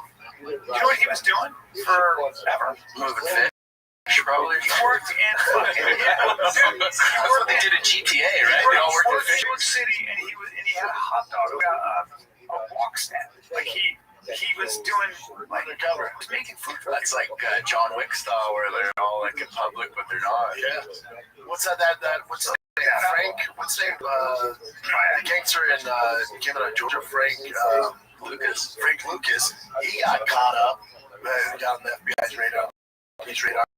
Because he had all he got mean coat front row. And they went, hold up, how's that guy get front row tickets? Why is it a mean coat? Boom, got busted. And the next scene, he was throwing it in the fireplace, wasn't it? Yeah. This was in Goodfellas. Absolutely not. This is a real story. Oh, real story. Yeah. Well, the Lufthansa heist, that they got away with, the main people got away with it. So remember that when the Lufthansa was the airline, and they had something like $30 million back in the 70s or whatever it was, and they fucking robbed it. They got the money. Oh, wow. But all the people who were involved got killed. Well, that's a good thing. Yeah. They killed him. Yeah, they all got killed. Yeah, it's like you've always been fascinated with like mafias and like crime and organized crime and gang activities. It's like a kid. Dude, I have a thing. My dad has it when I was a kid. He says, what do you want to be when you grow up? And I said, either a professional hitman or NFL player. Okay. Because I want to be a hitman. Then you went fighter. Yes. What is it? Speaking of NFL, have you heard about this guy, Yone Koo? No. Oh, he shanked the kid, right? The kid. I'll show you. This is against the Patriots. He is New York Giants, yes, against the Patriots. Dude, this was such a Hard at the bottom, so this is an explanation that why what do I do with it? Oh! I couldn't. As I was driving with the bottom of the ball was slipped out, so I just pulled up hard. All kind of slipped out at the bottom, so it was moving. I was hit the ball was moving when I was driving to it, so I just pulled up on. Why he stopped, in other words? No, I Is that going to be or not? as I was driving, but the ball was slipped out, so I just pulled up. You're fucked. The snap holder I get up and run like a bitch. So he'll slip a little here, but that's it. Doesn't mean he can't kick it. So he purposely stopped. Okay, that's what he said. He's saying that, but then if you look at the kick, it digs right. That's why people are making fun of him that he actually did miss the kick. Like he actually dug his foot in, but he's saying that he stopped on purpose. Why would you stop on purpose there? Because the ball was wobbling. Yeah, so he's like, oh fuck. But it looked like the guy corrected it, so I don't know. Knowing that he couldn't. But wouldn't you just kick it, and then if you miss it, you miss it? Yeah, You're still gonna go with it down, right? Instead of this, like at least go for it, and you gotta at least have some faith in your placeholder, correct? This guy's gonna get a Just for the win or the tie. He's gonna get a sex change and then become a Miami detective. Damn, that's crazy. It's not your reference. Oh, there you go. The laces were out. The laces were out. Finkle's on. Finkle's on. Finkle's on. He can never make that scene today. No, Because he has sex with her. He's all, throwing up in the garbage, throwing his clothes in there. Finkle's on for it. No, because Ray Finkel was the kicker in Ace Ventura, and he missed the field goal to win the Super Bowl, and then he gets a sex change. Becomes a detective or like a hive. Ventura hooks up with him. Deals snowflake. Yeah, and he's like, is that a gun in your pocket, or are you just happy to see me? I remember when I got in trouble in my principal's office and I grabbed sunflower seeds and I did the little Ace Ventura scene where I was sitting up eating sunflower seeds and putting it on his desk. He got so upset. It's so funny. Yeah. So many people, so many kids talked with their ass after that. Oh, yeah. It's great. That's fucking hilarious. Like your watch and then this one here. This is basically Ronda Rousey and Katie Taylor on talks for a boxing match. Interesting. Like it's a real talks. Interesting. Really? Yeah. That'd be a big pay for Katie Taylor. She's like one of the best, if not the best female boxer. I'm just trying to. Wouldn't she just beat the shit out of Ronda Rousey? She's a beast. That'd be bad. Katie Taylor, I've seen her box. She's much Bangkok, Thailand, too. Oh, she's super good. Yeah, she had all those fights with Amanda Serrano. Yeah, remember the one that was on Netflix? Like she's a killer. I mean, I don't know why Ronda's doing it. That's a badass. She needs money. I would do it. I think it's amazing. That's good. But didn't she always get beat up by strikers in the UFC? Yeah. I mean, especially That doesn't make sense. Katie Taylor. Yeah. That's a big problem. She's a very good boxer. She's strictly a boxer, and it's It's a mismatch, no? you're not. Yeah, that's really hard. I didn't know Ronda Rousey's 38. Yeah, that's a really easy way to do They it. must be paying her a truck ton because out of all her skill set, that would not be her strength. Wasn't she in WWE, though? Yeah. She's still in it, or no? No, I think she left that. And then she started streaming on Twitch, playing video games, too, right? I think so. Or she was doing some kind of, like, streaming. Well, she was in WWE, but no longer, right? Yeah, she left. She was trying to follow the Rowdy Piper kind of thing, right? And then they like turned on her, so she got all pissed off. Right? Well, I mean, isn't Rowdy Rockhill anyway? I don't know. WWE. I don't think she's super straight. Maybe she did it once though. Yeah, Xbox Live sessions with Ronda Rousey. Yeah. Did you guys ever play these Assassin's Creed? Really? It's gonna be crazy when your kids are old enough to play video games. How far video games are gonna be. It's gonna be madness. That's great. I don't know. That fight's a bad idea. Yeah, why? Out of all this shit. Now, why would she do that? That was just money. Truckload of money. That's it. Just like I'll start with the first thing. It's the celebration. Don't do it. Yes, sir. Dude, I'm doing the Justin Gaethje. That's like dangerous. That's so dangerous. I don't like that at all. Do you ever get the itch to fight again? Not really. No. No, I'm good, man. In like a semi-combative way, though, like it wouldn't be like crazy professional, but like kind of like Like a jiu-jitsu match or something? yeah, or like a sparring match in a gym where everything's just like kind of chill, where you want to get I'm down to grapple. yeah, I've got some good jiu-jitsu grapples, but as far as getting in the face, but yeah. I don't want to get hit in the first 6 months, and then my theater teacher told me I couldn't box anymore because I was getting black eyes and bruises and nicks and stuff. But I was capping Do your thing, buddy. You gotta get on a private jet Yeah. and go to a party. See you, pal. Have pleasure meeting you. Likewise. Thank you. Hell yeah. Hopefully I see you again. Oh, we will. Take a little break. I want to talk to you about O'Reilly Auto Parts. All right? O'Reilly Auto Parts offers friendly, helpful service and the parts knowledge you need for all your maintenance and repairs. All right?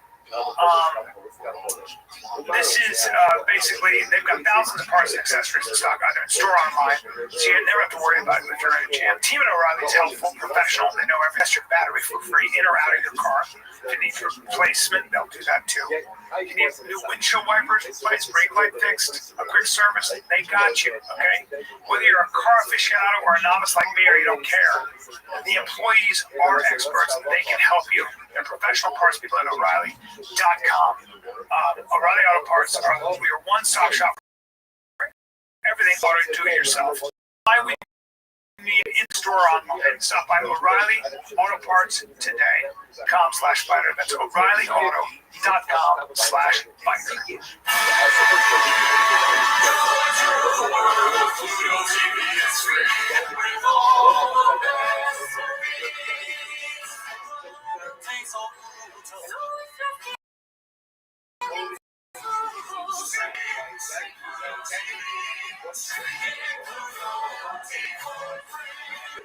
Stream blockbuster hits like 21 Jump Street 10, The Expendables, and so much more on Pluto TV. Stream now, pay never. Hey, while we're taking a little time, just remember I'm going to be in Naples, Florida at Off the Hook Comedy Club, December 12th and 13th. 2 shows, Friday, bitches show Saturday. Get your tickets. I'm excited. And then I got Sides Brothers in Florida, December 26th and 28th. And this Friday, Saturday, I'm at the Grand Comedy Club in San Diego. So come get some. Santiago, the sun sets. You ready for tonight? I'm ready for tonight. Yeah, I'm stoked for it. I got the prompts. Looking forward to it. Little puppy turning into a werewolf. Once we figure the show out, we're gonna start promoting it. It's a good show. It's a good show. Yeah, I'm looking forward to it. I think it'd be something special. I think it's gonna be sweet. I'm looking forward to Get some shit going. well, yeah, just having it down. I think it's like an awesome show to have inside the town that like separates and like breaks up the stand-up, because sometimes doing all the stand-up's very monotonous, and like that's why I like Bottom of the Barrel, is because you're like, oh, okay, I get a riff. It's time we get an improv / something show. Acting off. I'm gonna get Steve Burr out here, and we'll get Jeff Dye up there. We'll get some good people. Yes, It's gonna be good. and it's like it's nice too, because it's also like, I don't know, it's cool. Like someone was explaining where Boston comedy and like their sketch and their improv and stuff, and then it's Boston with their comedy's kind of like Well, and I wanted to avoid it just an improv show. I wanted to do like, something hybrid. yeah. You know what I mean? Because otherwise it just becomes an improv show, and that's a whole different. It feels like it's a hybrid of an improv show meets like an acting class. Yeah. That's what I like A about it. live acting class. Yes. That's what we want to do. Yeah, dude, You're the teacher. you're the stand-up boy. Oh, no. Stand out. You stand out. A great show is made by a great guy. I couldn't A stand great out. show is made by a great I couldn't cast. stand out if it wasn't for my other players. You're a real team player. I am. I'm a glue guy. That's what That's actually very Canadian too. I love it. Yeah, isn't it? Egalitarian. Don't fucking show off. Well, sometimes it's like, I don't know, they're like yesterday at the mothership, a couple people were like making fun of me, and I was like, I don't want to go in there and get a Diet Coke, and then I'm like, they're like, why don't you go in there? I'm like, Joe's in there, I don't really want to like, bother him and stuff. They're like, dude, stop being Canadian, get the fuck in the green room. They're like, you earned it, go get a Coke. Yeah, and I was like, I got a Coke, and I'm sitting there like, hey guys, what's up? No, I only met him like 4 times. But it's like less and less of an aura. Like the first couple times, I was like, "Hey, buddy." Like, Yeah, I always forget how famous Joe is. Like I was talking to Joe, and my feature was we had the same Airbnb. And he had never heard, like, he was like, I was just talking to Joe on speaker, and he just walked by anyway. Like it was like, whoa. yeah, and some of it too is just like you don't want to like, as a new guy just kind of got into the ranks in the mix there. It's like I don't want to like go out there and overstep boundary or like say something stupid, and they're like, so it's like a little And bit. the fact that you know that means you're never gonna be that guy. Yeah, but then even like sometimes it's like, and like you see like the conversation banter in the riff, and then you're like, you try to get into it, but you're like, it's like you're looking like you're playing double dutch a little bit, and you're like trying to guess where you can get in, but you don't say I got a great, Yeah, but everybody notices you trying to get into the riff, and then but you don't do anything. Artie Lang had the funniest joke about that. Like if you were talking about like pythons, I got a great python story when you guys are done. It's like any subject. Yeah. You guys talking about the moon? I got a great moon story. Whoa, look at that, eh? Oh, that's Shop's truck, everybody. That's the Shopster's truck. What's that thing got a heli? Yeah. Are you? No, I'm not a car guy. Are you a car guy? Not really. Right now I'm a bicycle guy. My main source of transportation is right now. No, because I sold it because I thought I was going to be living in New York. So I know, I got it. With all the money you're making on acting off. Yes. I'm going to get myself a 1998 Ford Taurus. You're not doing the road, though. No, I wanted to solidify myself here, and then I don't have enough followers to kind of really like headline the clubs and stuff, so I can only do like little one-offs like that, and then just open for some Hey, people you here. only have 1.1 million followers selling tickets nowadays. What? Yeah. It's weird because they don't know you're there, so then you gotta like, you're on your Instagram and you're on your Facebook, but it's like, Oh yeah. hey, buy tickets. But then even some of my buddies that have like 200K, they have a hard time translating that into ticket sales At too. 1.1 million. Yeah. It doesn't matter. It's like, it's always that way. It's like, what the fuck? Yeah, but it's fun. I'm starting to do a little bit of road work and stuff like that, and then a couple guys are taking. Tony helps, right? Yeah, a little bit, but like my Kill Tony hasn't been like too crazy, right? Like some of them have been lackluster, and like some of them have been good, and then but like online, dude, I'm like a villain. Oh yeah. Oh yeah, dude, they don't like me online. Oh, that's great. They come after you. Yeah, they're like, this guy sucks. He's an industry plant. Like all this shit, dude. Cause like the little 14-year-old boy inside of me that's from Edmonton is just like, just shattered.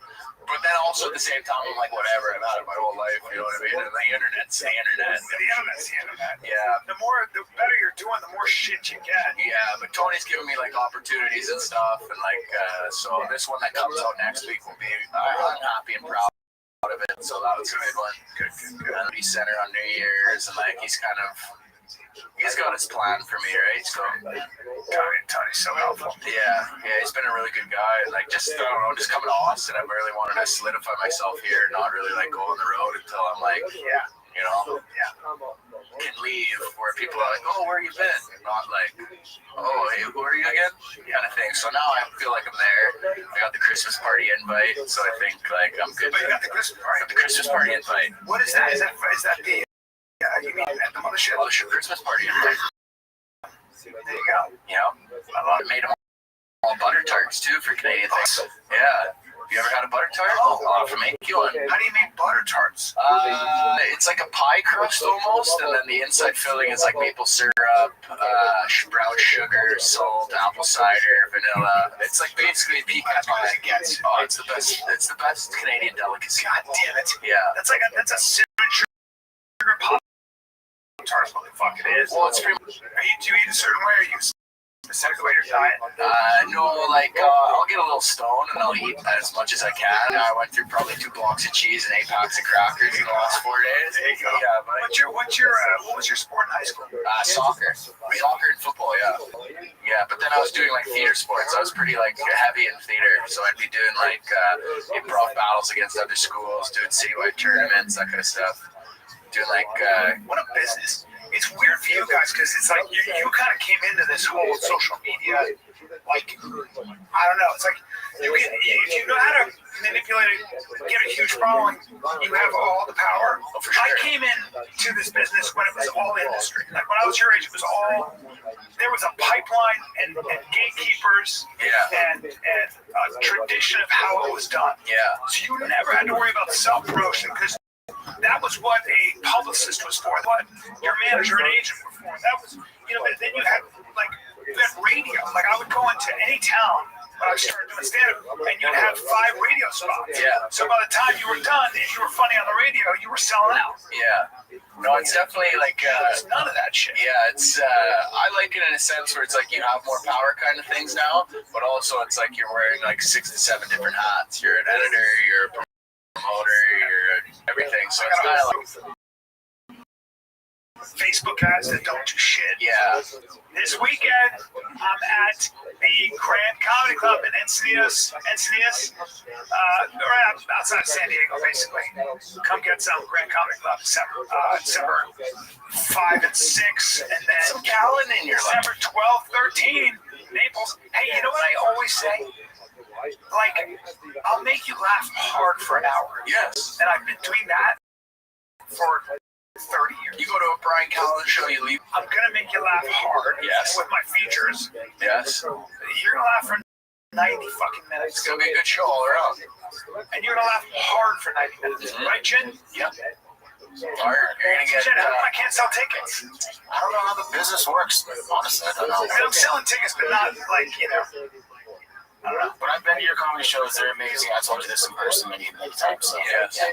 You're a very talented performer. Yeah, it's very like well thought out. It's very smart. What happened? Sorry, I missed it. No, I mean, it's the one thing I like. It doesn't matter most of the time. It's like, what do I gotta do? I don't know. It doesn't matter. You gotta. I can't. Gotta grasp. Yeah. Checking like brain garbage. Scroll through. All right. This off the hook in Naples, Florida. I hear their salmon is delicious. Oh, dude. Everybody that goes there. Fish restaurant. Yeah. This the basic happening. And also the again, get started today.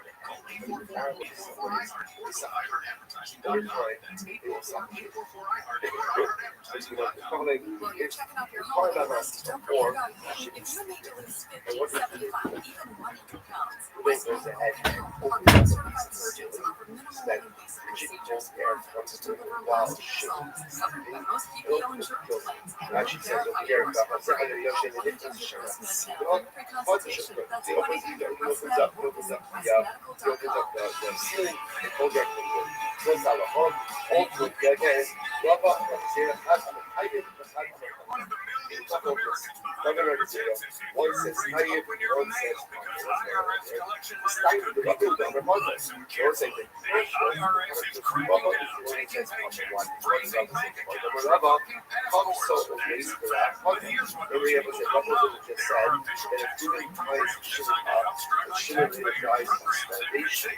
That's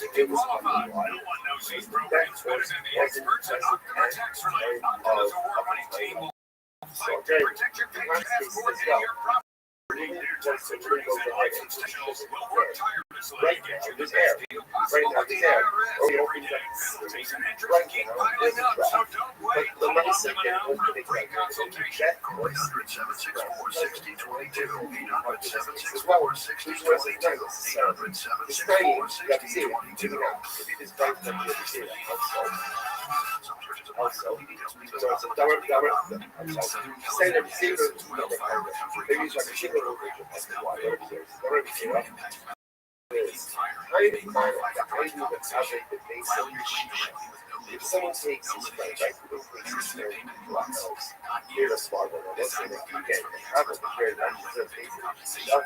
The custom also very have our organ and there is a lot of house that we model to find their types. So moving towards shimmer in the airtight house. The object should up the base, and then he goes ahead and right and shimmers. Now,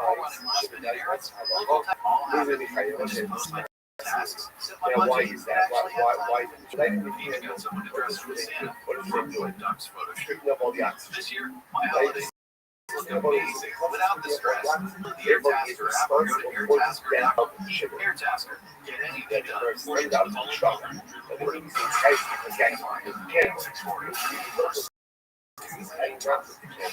But he just put sugar in the airtight hole. Now that's what I see with that higher. Right? Why? Because the death was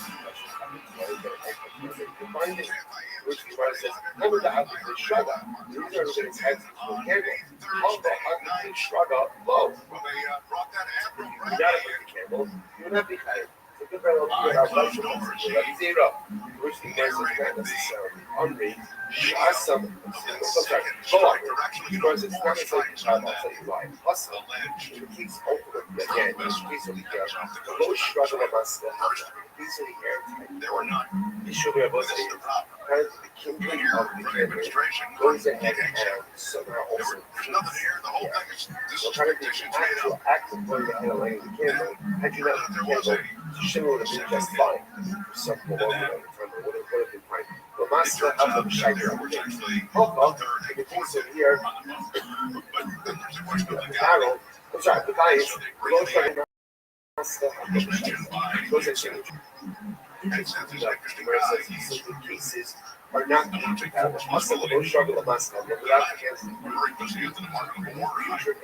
We're not a son of here, the low sugar master of the shaker. Here, ultimately, they're getting without the cancer, exactly the future care. So, Rob Daffer is compare both cases. What's the next 15 minutes? Now, so what comes out of here? It's not focused. Right, so when they put the barrel on top of sugar, when they put the barrel on top of sugar, or opens up the to what is the alcohol? What is alcohol? It's not focused. The only not focused is this says what, but it's clear that there's the fundamental focus. Whether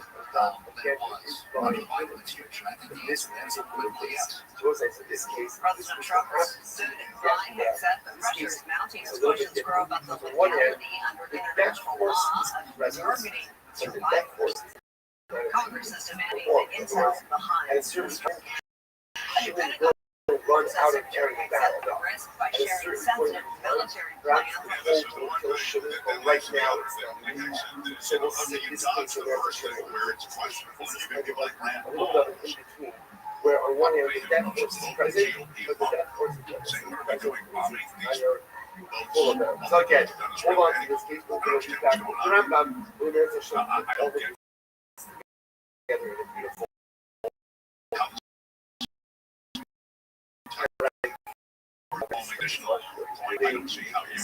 Right, so what happens? So when it's pretty shit about right, right flush was cup our leg. Then goes ahead and puts a down over flush was right over this right over this.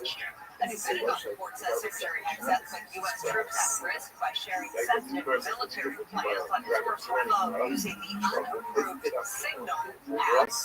Except had the authority to declassify the information, but critics say his actions endangered pilots and active missions. Lawmakers argue officials would have serious face penalties for the same thing, except denies any wrongdoing, calling it a preparation. Yeah, I mean, that's kind of the plan. Right? Let's not look at the report. By the way, you can look at the report. You can read the report yourself. I read it this morning. And total exoneration is not what's reported, but it was a little like, remember when the Mueller report came out, Phil Mark about there's not actually read the report. That's not what it says. But anyway, he actually, regardless of where you sit on you sit imbalance. And I'll tell you, frankly, I think you're going to see Donald Trump reality is it feels very almost you possibly can. There's at least one reason that I think you know what I'm saying? I get it. I understand that. Yeah, at times it can be beautiful, at times it can be inspiring, and at times it can actually suck. Trump is just getting right. Good protecting eggs that he's clearly done a favor with his stick over the new, you know. He's a controversial figure. He doesn't seem to have the respect of the military. A lot of military organizations, one admiral actually resigned because on his trouble is also cool. This plan is going to be okay. It's going to be okay. You're going to be fine. No effort to And what you're nuclear action to that person, I really want to kill you with my own hands. Right? Be quiet. Be quiet. I know it's going to be okay. I know it's going to be okay. I got it. I'm going to get around. I know I'm not going to. I'm going to be fine. That's not what I want. There were allegations, demonstrable allegations of drinking. There were also allegations. Right? I know. I understand. Sometimes what a person needs when they go to drop her allegations of sex is some empathy. It's just some validation.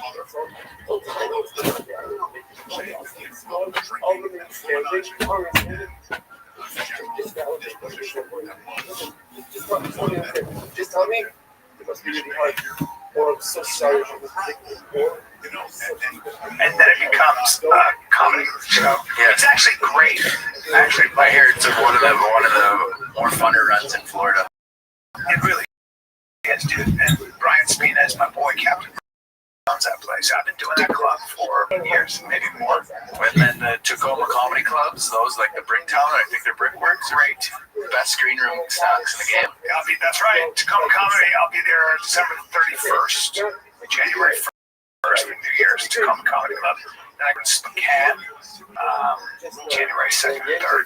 I like all these things just because the only time I really ever seen them is when you're watching like wrestling, and then they're like, come to Spokane, Washington, WWE, Monday Night Raw. And then you'd be like, I want to go to Spokane. Tacoma, Washington for Saturday Night SmackDown. Cold and rainy. There's nothing to do but do heroin or come to comedy. Both. Yeah. They casino on the way from Bima to Seattle and Tacoma. I was going there, my buddy goes, if you want to go hunting, let me know. My buddy's got a goose hunting thing. I was like, goose hunt. You should go lay in a field and then just watch them sit out of it. I'll go freeze, be wet, and kill a goose. Yeah. Then I can't eat it. Sounds good. I can't eat the goose. Just because by that time, I mean, if they plucked it and I ate it that night, it'd be good. Just stuff a goose. I need friends to help me with a goose. Yeah. I'm not gonna eat a goose on my own. You can't have goose. It's gotta be a holiday. If I'm gonna eat goose, I need all the sides with it. Yes, replace it like the turkey. By the way, Not I the stuff. fucking hate turkey. Really? It's so overdone. I love turkey. It's a bullshit meat. I want goose. I'm gonna have goose. But for next Thanksgiving, I want a goddamn goose. Canadian goose. Hey, Chin, look up if I can buy a goose online. You could. Would you have the neck attached? Fuck yeah.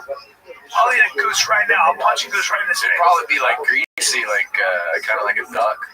I'll kick a goose right inside of the neck. Do you know they don't have fear? They don't have a fear gland in their brain? They don't. No. Ducks and geese don't have fear glands. They charge everybody. Well, I don't believe that, but they do charge you because they're super. Whatever. It's true. That's what a National Geographic they told me. Really? Then I have fear. There's a goose. How much it costs? $100. It's a big goose. $100. Damn. 9 pounds. I bet you it's better meat than turkey. I will fight you to the day I die. That's a hill I will die. Why you eating goose? No, I just love turkey severely. Hey, bro, you ain't never had a goose. You don't love turkey. It's too dry. I don't like duck though. I've had duck. I don't like it. Greasy. It's a little gamey. Wow. Yeah, but I find a lot of the barbecues around town have like really juicy turkey. Yeah, I like smoked turkey. That's a leaner meat, so I'll have that when I go to barbecue. Okay. A lot of people are like, you should be eating fatty meats, and I'm like, I don't like it. I like that. But winter goose would be good. Yeah. Why don't you go hunt and get us some geese? I've done some hunting. I've shot ducks. Yeah? I shot pheasant. I've shot partridge. Never shot a goose. Did you shoot the partridge while it was in a pear tree? I did. You like that one? That was set up from a while. I would. I'll prefer for its richer, more decadent flavor and juicier meat. While turkey is considered a more practical choice for large crowds because it provides a meat per pound and is lower fat. Well, I think we got to do it. We got to do a take goose more than turkey. Should we do one plate goose, one plate turkey? Yes. I don't need the plate of turkey. All of your wild turkey, same bullshit. Okay. Less meat. I want the goose, bro. Look at that. Goose, watch this, ready? Richer, more flavorful meat and skin. Good talk to that. Goose is a lot of fat, which can lead to crispier skin, moisture meat. Done. Iron, copper. Turkey, milder flavor. Meat quality, less meat for a given weight compared to turkey, right? Because it has a higher bone and fat content. Turkey, more meat for a given weight. Who gives a shit? Fat content, higher in fat, especially saturated fat. Cooking, Chris, all right. Higher, watch this, nutritional profile. Goose, higher in iron, copper, vitamin B5, and phosphorus. Goose is higher in niacin, vitamin B6, vitamin okay. It's a richer man's meal. Goose, that's all that it's saying right now. It's just like, Yeah, but I want to stuff it with acorns and sausage and cornbread. A goose ducking? Yeah, bro. I don't know if that looks like it's better. I need it. There's I like the videos of the geese like tagging people while they're on their like walk paths, and then the one guy's going to work and he has the suitcase, and then the goose is just dead. I know he's such a bitch because he keeps falling. Help! I'm like, hey, bitch. There's a goose in the neck. I would grab him by the head. Oh, there are videos of people just straight up grabbing the geese by the neck like this. Oh, is that right? Oh, yeah. Really? Yeah. I've always wondered. I'm not going to do that to a goose if he comes after me, but if you come after my kid, I'm gonna mess you up. Yeah, I got chased by a couple of geese, actually. It's very scary. All right. Well, I just grabbed it. Hey, don't hurt it. Why'd you do that? Yeah, that was kind of messed up. That was me and this, yeah, man. You broke its trust. This is the best. This is the best. This guy's such a bitch. Oh,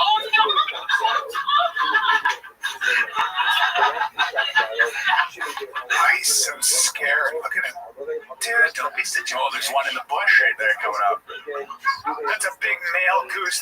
I take any shit from it.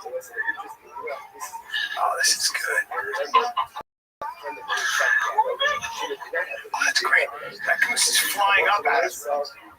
Get him!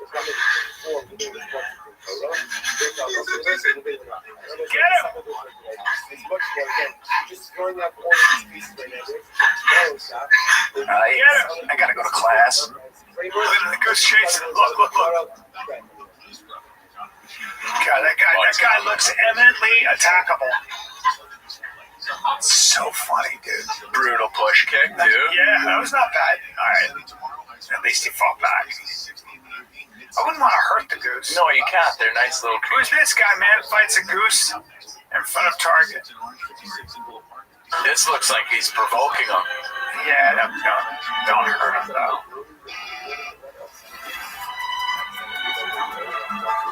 This guy can actually fight.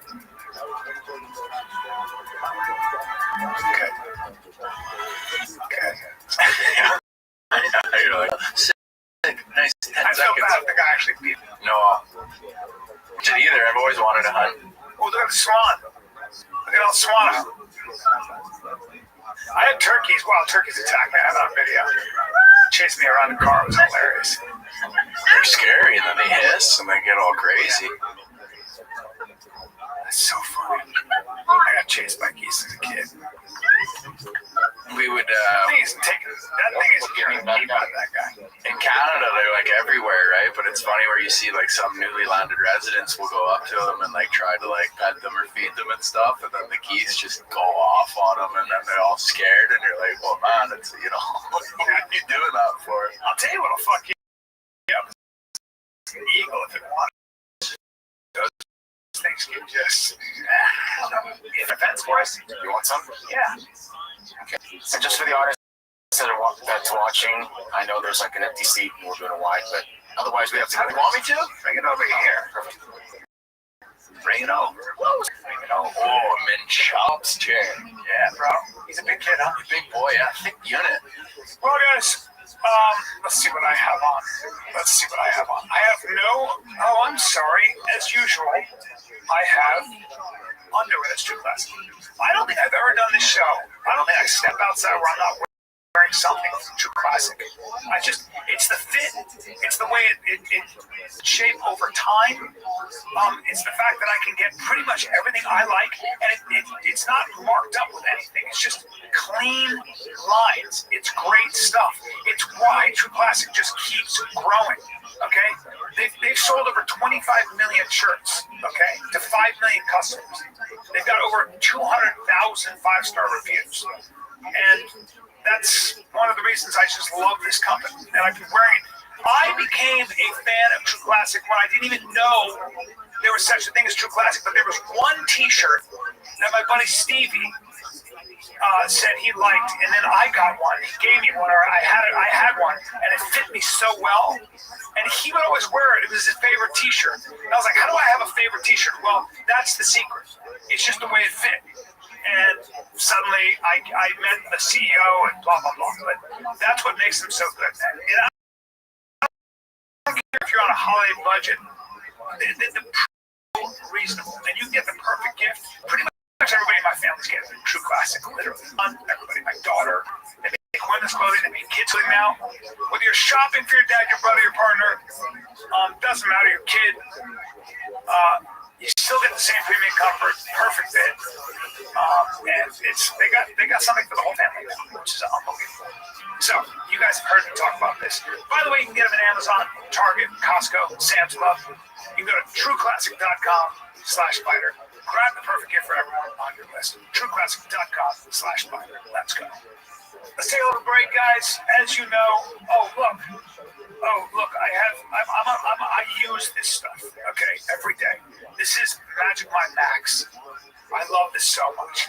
I'm not going to go into it. They got all kinds. They got lion's mane mushroom. They've got all the matcha, rhodiola rosea, cordyceps. You get sustained energy. L-theanine and ashwagandha. Turmeric promotes calm, balance, and stress response. It's all good for you.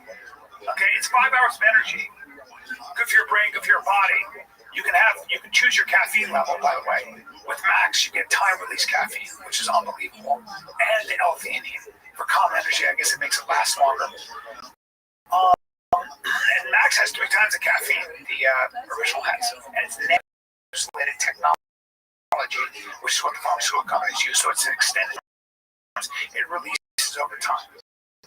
So when I'm doing a show tonight, I take a Magic Mind sleep shot. I got Magic Mind free. By the way, it's clinically backed. It's rigorously tested. It's the reason that Magic Mind keeps growing. It's the reason they're the #1 health shot in like Whole Foods, Erewhon, all kinds of places. I think Sprouts. So they're crushing it. But there's a reason. It adds value. It's actually real. Just go to magicmind.com. Get your Magic Mind. Get the prescription. You won't be sorry. Sleep shot's sick. It's unbelievable. You'll sleep so well. Butt biker. It was very good, Butt Biker. Butt biker.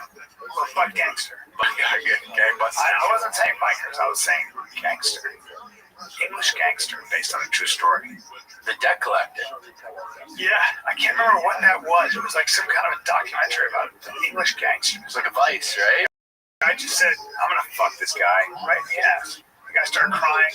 He might have I don't know what happened. It wasn't good. No, I don't think After he's done, I think the guy It's never when you get forcefully entered. Yeah. It's never a good time. Like, see you later. Yeah. Like, I have my money. Okay. Yeah. Same time next week? I mean, damn. Yeah, I don't know. You're probably living with living nuts for sure. Yeah, a little therapy. Gone out and said you're gonna pull your pants down. I was like, what? You a cigar smoker? Not really here and there, and sometimes I'll do it. I can only do like a petite Corona or like I find that anything after a 45-minute smoke, I'm kind of like, what do I think? I feel heavy, my mouth's all like kind of burnt and stuff, and then what is this? Is this Sean O'Malley? He's kind of just saying where he's at now, which is kind of a bummer, but he's just being very honest with himself. My boy. Everybody goes through stuff like this. Sean O'Malley. What is that card? 320. UFC 324. I was so disappointed in the announcement. Dana announced the #1 fight from the world. Absolutely brings the energy. When he goes live on Insta or YouTube, he brings the energy. Paddy versus Justin Gaethje announced at halftime. Kayla Harrison versus Amanda Nunes. I'm not even the co-main, dude. I am falling off hard. This is goddamn it. I've seen that. This was me. This is me. What's that? Prelims? Fuck. Early prelims. God damn it. It's not going good. You're gonna get shot. I'm gonna be fighting at ICF in Great Falls. The stock of the sugar show is down bad right now. It's not good. It's not looking good. I should be ended the prelims. Sean. it is always like if you lose like a couple fights, you're really out of the race for a little bit. Sean's strength. I know Sean Pretty's really smart, and he's just very aware of where he stands in the grand pantheon. He's very self-aware, and he's still fucking great. You know, you're just dealing with monster wrestlers. You're dealing with morale. Yeah, that guy's a machine. But he's still amazing. And let's not forget who he's knocked out. He's unbelievable. So. A lot of crazy fighters are coming out of China right now too. Oh yeah, it's such a world sport. It's so hard to deal with. Everybody is dead. You get these Olympic, wrestlers. Oh yeah. Come on, Justin Gaethje, Paddy Pimblett. I want to see this. I'm not as excited. I think Paddy Pimblett is. Look, Justin can bang, he can crack, and Paddy gets hit. Paddy just rises. It's his time. So I think he's going to submit Justin. I think Paddy's jiu-jitsu is way better than people give him credit for. Oh yeah, it is true. It is very, very good. And he's strong. He's big. He's athletic, and he's and he just rises to the occasion. Gaethje's probably got 2 more fights left, right? I think if Kayla Harrison and Amanda Nunes used to train together at American Top Team in Florida, if Amanda Nunes is motivated, that's a big if, right? If she's motivated. The lioness? Kayla Harrison, yeah, but for Kayla Harrison, literally, what weight is that at? Is that 45? It is? I hope so.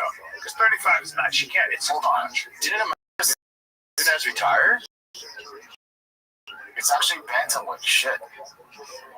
That's so harsh for Kayla to suck down that way. I didn't know they were going that low. I don't know how she does it. She walks around at 175. Really? She's big. Maybe a big girl. She's a big, strong woman. I was right next to her, and I thought, how the hell? I could never in a fight close to being her, just physically. Really? Yeah, forget about the skill sets, just physically. I was just with Corey Sandhagen, who was probably at the time 165, and he gets down to 35, and he was 162.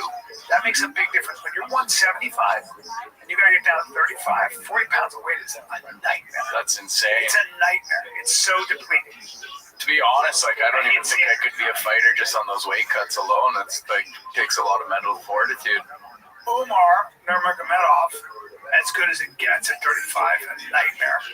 Beat Corey Sandhagen. Lost to Marab barely. He just gasped, but he's as good as it gets. So, Derek Lewis is fighting again. Yeah. It's always fun. What is this? Walter Saturday? Costa's a big boy. Now, Rose Namajunas is fighting Alexa Grasso, but that's not till January. Yeah, January 24th. Yeah. What are we looking at right now? That's gonna be fun. Sometimes it's like you think you can be a fighter and you're like, oh, you know, I'm going to do this and enjoy it. And then you realize that, like, you just don't have that animal gene. Have you ever tried to roll around with those, like, pros? Like, you ever tried? Not really. Like, it's some of the guys at, like, 10th Planet that are, like, actual, like, jiu-jitsu competitors and, like, sometimes MMA fighters. When you see, like, Sean fights at 35, and I did some low grappling with him and Tim Welch. Now, they were just being super nice and fucking, you know, I'm an old man, they were just being whatever. Yeah. But, like, you feel Sean, and he feels like he's made of, like, rawhide and cable. Oh, it's insane. He's so strong and so skilled. I mean, like, you're 135, and you could just do whatever you want. Oh, for sure. I was He like, does for 165. I was wrestling a guy that was probably 125 pounds, and he just pinned me. I couldn't move. I couldn't do anything. I felt so immobilized. Where I'm like,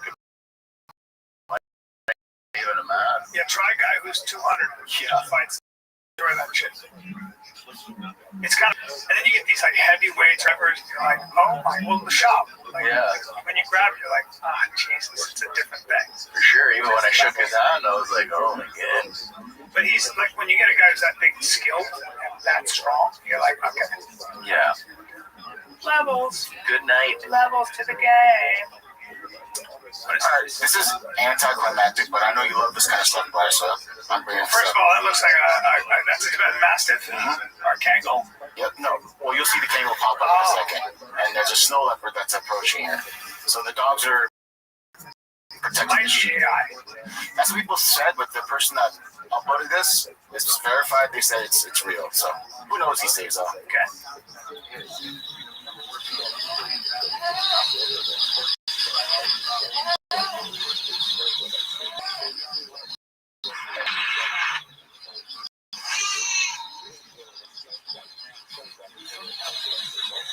That's AI.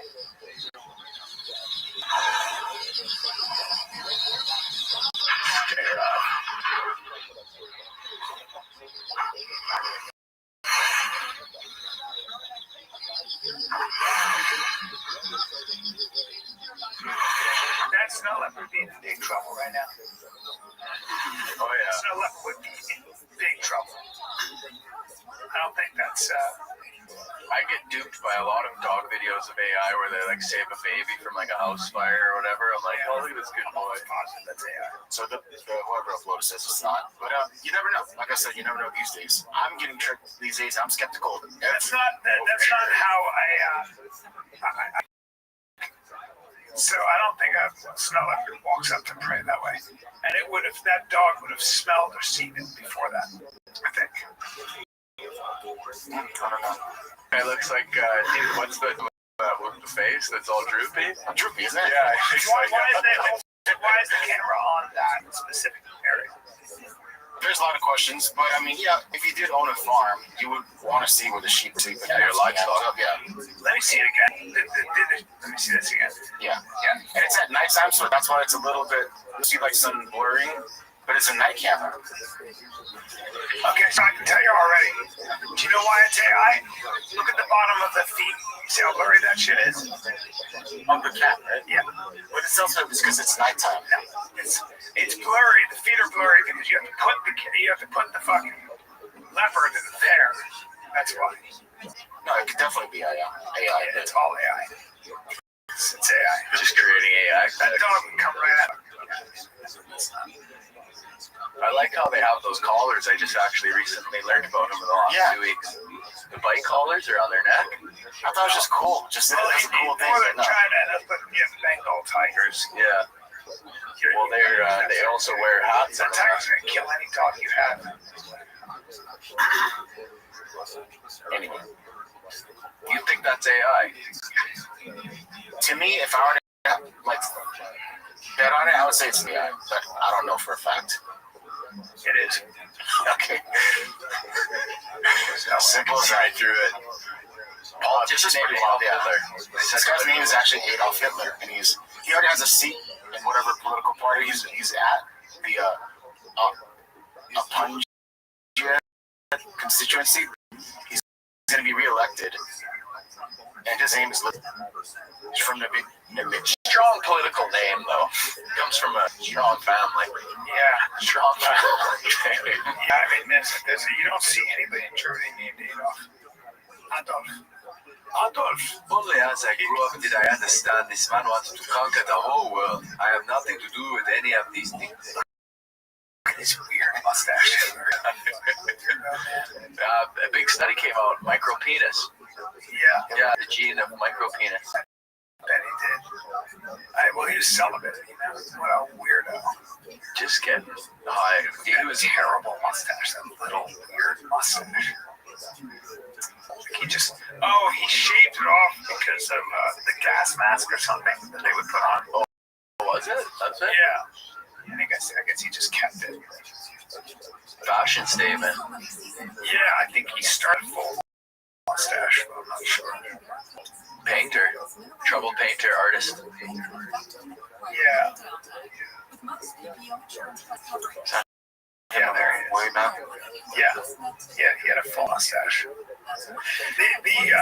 So the guy's He was considered an absolute sociopath. I mean, by his superiors, they're like, he should never command human beings. He didn't get into the School of Vienna. The Vienna School of the Arts couldn't paint human figures. What's that tell you? It's like every backdrop's amazing, and then he just has a stick figure. Like, that's just it, like, it's sticking around. A lot of dictators have mustaches. That's really weird. If I were to ask you guys how many people in the world have the name Hitler, just the surname Hitler, how much would you imagine? 1,000. Close. I'm gonna say 986. Bitch. I was trying to get that. Yeah. They said it's like 4,700. Oh, wow. And then for actual Adolf Hitler with that name, it's like less. They said a few dozen at most, less than 100 or something. But like as parents, you gotta like By now, you for know, sure. like, yeah. Like as a child, you're like, oh, like this is my name, I got it, born into the world. But as a parent, you gotta be like, our last name's Hitler. Should we do Adolf? And then you're sitting there, you're like, well, what about? Probably not. What about Alan? Can we do Alan? Alan's better. How about nothing with an A? How about the exact opposite? Yeah. Let's call him Christina. Christina Hitler? Yeah. Bethany. He's a guy. Thai woman found alive in a coffin after. Yeah, we've seen stuff like this before too, right? Like this one we brought up some cartoons, but this woman was apparently dead, but clawing at the coffin, and she's alive, and they just took her to the hospital. That's pretty much what the report says. You can actually see her. Maybe she was put in a coffin, you know. It's a movie. Sounds like bullshit. Yeah, exactly. I don't know what's real anymore. They put salt on her after she died, and our muscles are still moving. Yeah. Like an octopus. Yeah, you don't put somebody in a fucking Did you hear Trump calling this girl Little Piggy? No, that was the first one. Oh, okay. Did you hear what he said about tamales? No, We say it's a shithole. Dude, yeah. What is this? I'll show you real quick. Oh, what, he's stupid? A stupid person because they came on a plane along with thousands of other people that shouldn't be here, and you're just asking questions because you're a stupid person. Your DOJ IG just reported this year that there was thorough vetting by DHS and by the FBI of these Afghans who were brought into the U.S. So why do you blame the Biden administration Because for they what let this them man in. did? Are you stupid? Are you a stupid person? Because they kept thousands of other people that shouldn't be here, and you're just asking questions because you're a stupid person. There's a law passed that it's almost impossible not to get them out. You can't get them out once they come in. And they came in, and they were vetted, they were unchecked, and they came in on big planes, and it was disgraceful. And if you look, you see there was a law passed, made almost impossible not to let them in, not to certify them, so to speak, once they come in. And they came in, and they shouldn't have come in. And frankly, the whole thing was a mess. The whole Afghanistan situation was a mess. It should have never taken place. He talks to him like I a just rat. don't like how he talks to people. I don't. That's Really part don't. about I don't these, like that he's like, there are better ways to do it, man. It's like, I don't know. the best part of these videos is when he does these things, and then you just see the 6 reporters behind the person he's talking to go. They're so used to it at this point. I just think it lacks class. I don't want that out of my president. I don't think you should talk to a woman that way. I'm No. fashion. Like I just don't. I would never talk to a woman that way. I don't like it. He's on Lost Runner on the sun. He doesn't care anymore. Yeah, I guess when you're older in conflict, you're supposed to set an example. I also think that this blanket sort of the guy had mental illness. The main thing is there are 2 things to keep in mind. If Biden hadn't pulled out the way he did, like an idiot, we would still have 13 Marines alive, and none more did, one of whom I met. And the other thing is this: like we need if we're going to take in refugees. Your job doesn't stop when you bring them in. You got to make sure that they're assimilated. You got to make sure that they are getting this kind of mental health counseling. This guy was a CIA informant, helped the CIA. I don't know, man. I don't like that. We have a lot of problems in this country, and one of them is just people, man. Jesus. What is show him what he said about the Somalis. Somalis? Yeah. I think Trump is so mad at the press that he just loses his mind. But Yeah, he's going full. It's not a great excuse. Yeah, right there. Somalians ripped off that state for billions of dollars. Billions. Every year. Billions of dollars. Fraud. And they contribute nothing. The welfare is like 88%. They contribute nothing. I don't want them in our country, I'll be honest with you. Somebody say, oh, that's not politically correct. I don't care. I don't want them in our country. Their country's no good for a reason. Their country stinks, and we don't want them in our country. I can say that about other countries, too. I can say it about other countries, too. We don't want them the hell. We have to rebuild our country. Our country's at a tipping point.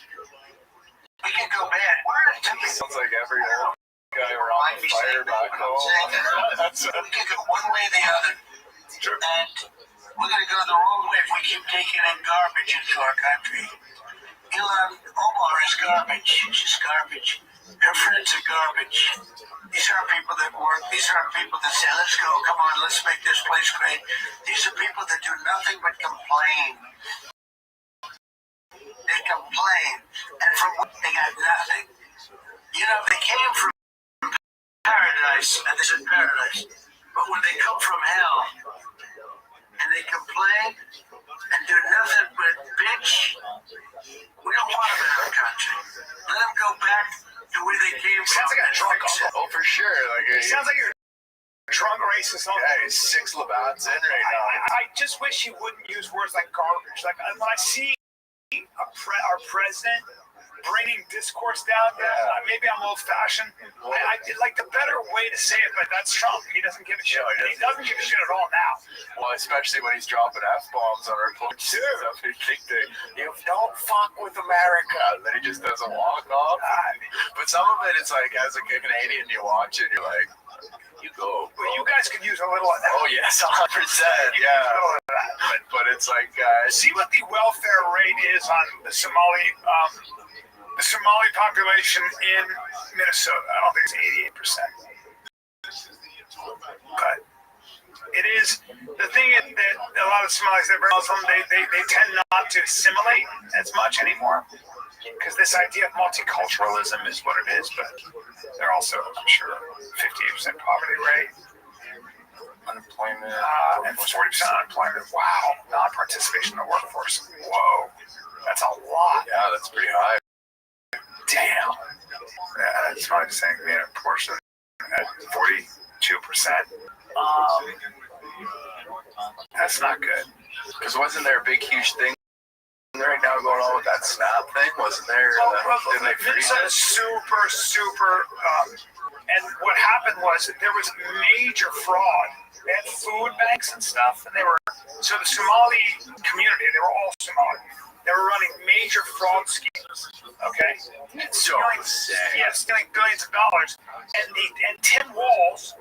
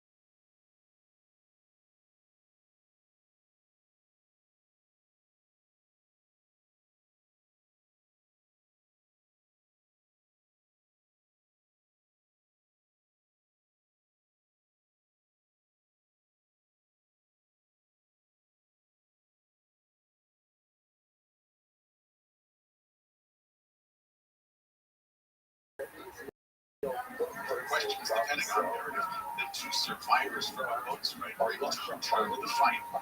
Immigration crackdown conflicts Somalis in its second day in Minnesota. President Trump says he doesn't want Somalis in the U.S. because they contribute nothing. Minneapolis Mayor Jacob Fry Are there flowers now? Probably stole that stool from an open mic too. Damn. Costs a guy a lot of money.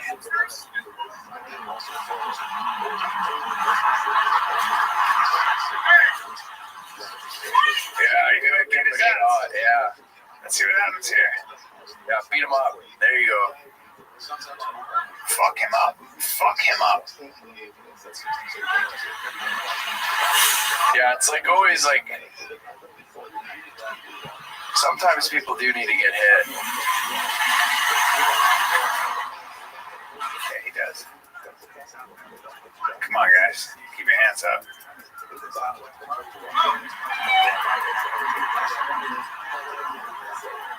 The problem is those guys are not legal, so they're going to get So arrested. the cops showed up, and that's when the video stops. Yeah, man, they do the good thing, and then ICE just comes You and can't gets do them all. shit. I know, it You get sucks. deported. So this guy's like asking for money. These people are working, and he's kicking all their flowers off. It's like, what the He's a fuck? piece of shit. Oh yeah, scumbag. $500 for rent. Fuck you. Yeah, he's not even gonna get $500 for rent. But there's obviously something wrong with that guy. Yeah, He's also mentally ill. crazy. Yeah. Yes. He's also a nutbag. Those people are not nutbags. He's a nutbag. He's probably agitated too, withdrawing. Yeah, you're dealing with a cuckoo bird. That's true. He probably is withdrawing. Yeah. Oh boy. It is like kind of crazy though, as like a person that's on like a visa or Oh no, don't worry about this. It's not that great. yeah, but worry about these things. We could end it on this one. I thought this was cool because we just had Keith Jardine. Miss Aquarius. And okay. Hello, it's me, man. That's sorry. You good, man? How are you? I'm good. I gotta go to sleep after I gotta get up. I gotta go to the dermatologist. And then I gotta get grandpa together. I gotta go to the dermatologist tomorrow. Are you excited?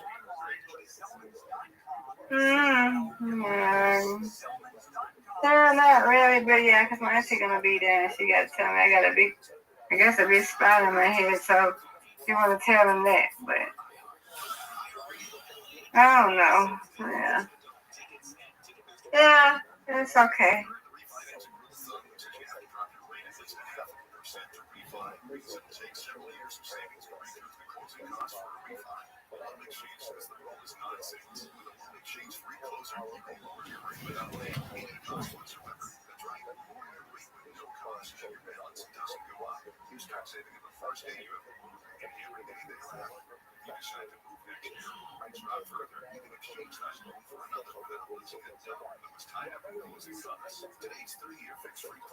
Yeah, you're done. Don't.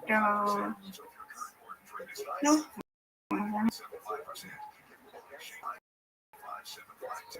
Nay, that's great.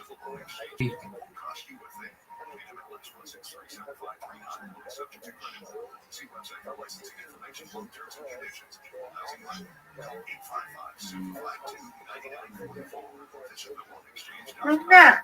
You got it, Rabbi. Let's go.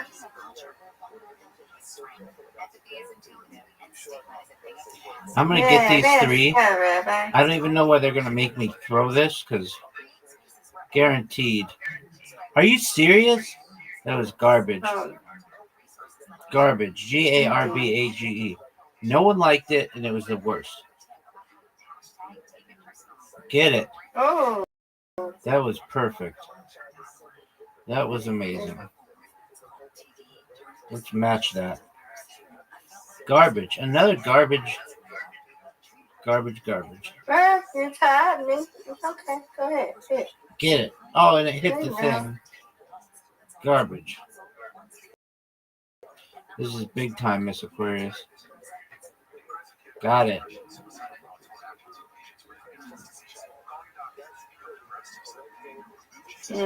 Get these two. Try. Nope. Can't get it. I never can get it. Never. You got it right. I get it. I never get it. I can never get it. That should have made it. I want everybody to know it. Guaranteed. Are you serious? That was garbage. Garbage.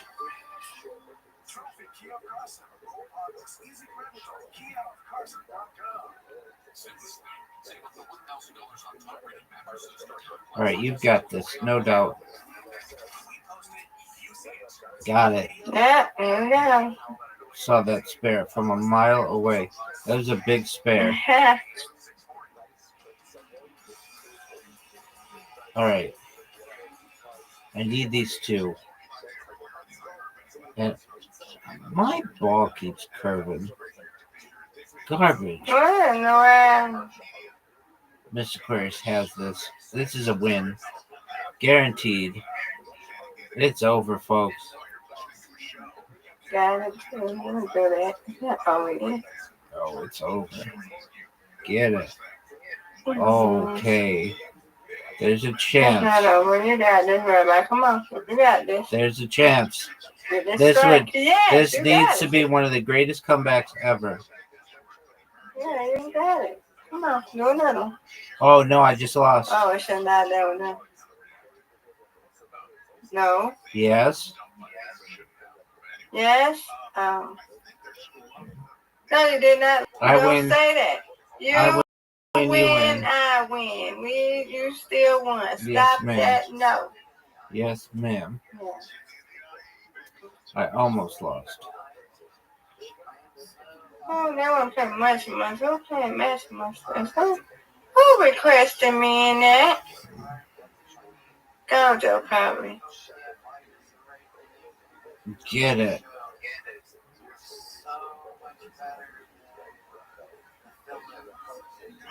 You've got this, no doubt. You've got this, no doubt. Oh, never mind. We got it. I mean, I'm sure, but this is easy. Ooh. This one's going to be really easy.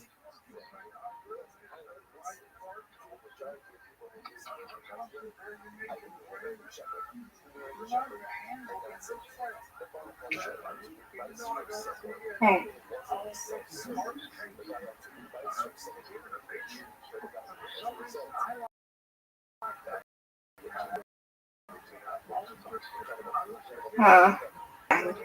You've got this. Oh, that was beautiful. Thank you. That was beautiful.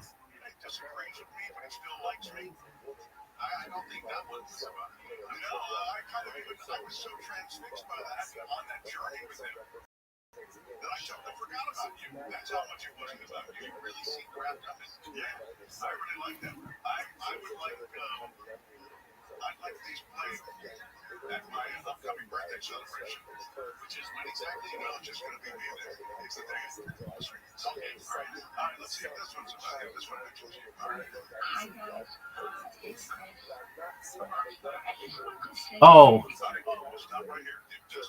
I know, right? That was wild. Come on, Rabbi. Got it. Are you serious?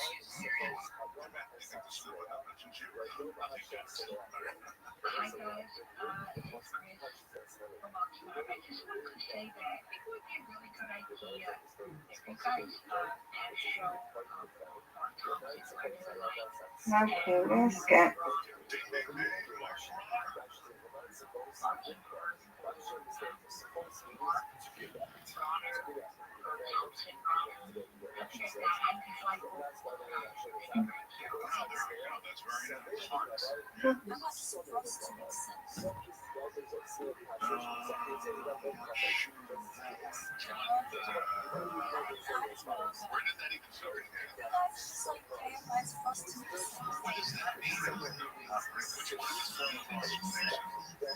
All right.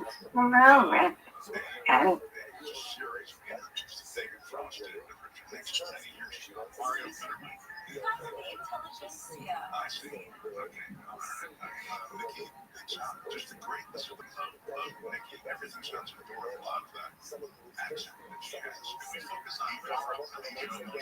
Rabbi finishes.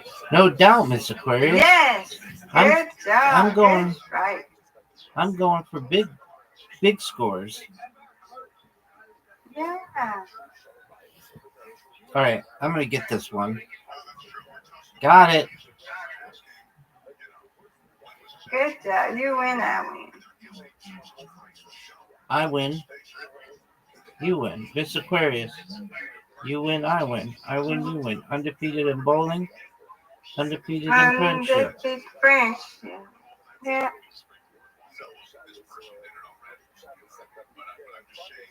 Alrighty. Are you happy?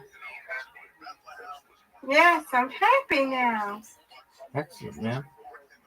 Well, sweet dreams to you. God willing, everything goes well with the dermatologist and with Papa, and keep me updated, okie dokie?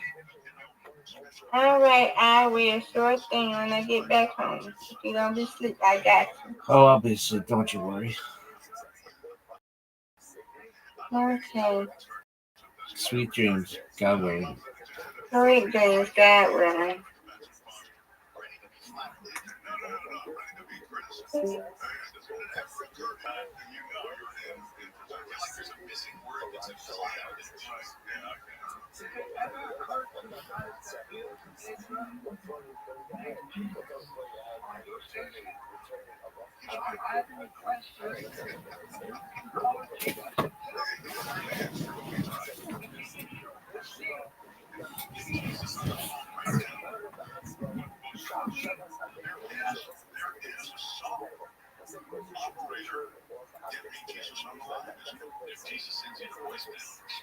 What is that song? You know the song I'm talking about?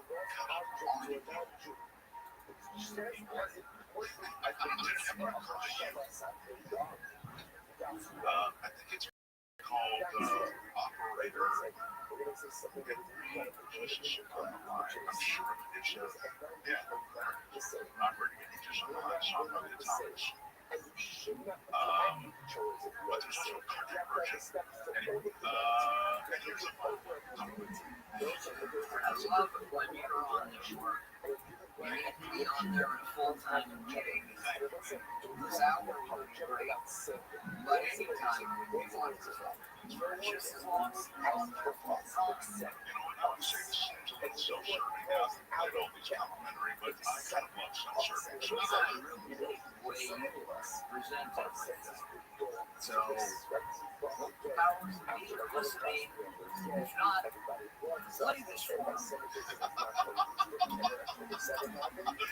Well, I'd like a meeting with the powers that be if I could. I have a little something for you to listen to. I think you could. Yeah, stop. I'm not done powers that be. Sit there. I've got some more people to listen to. I've got about 11 or 12 of these. All right. And plenty more where these came from.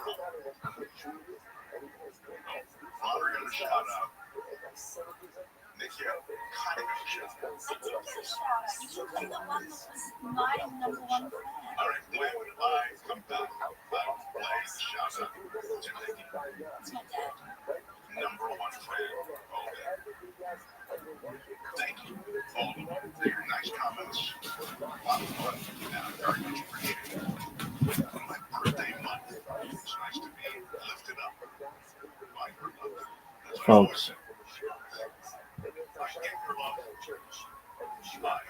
Welcome to the MMA Files. The film Kill Me Again follows a serial killer called the Midnight Mangler, who's caught in a time loop and he has to relive the same night over and over again. At first he enjoys being able to relive the events and carry out these murders, but eventually he starts to become more and more unhinged and starts to lose his sanity. And the serial killer has to find a way to break the loop and the cycle of death. Cycle of day crossed with Happy Death Day. Wait, there's already a time loop mechanic in Happy Death Day.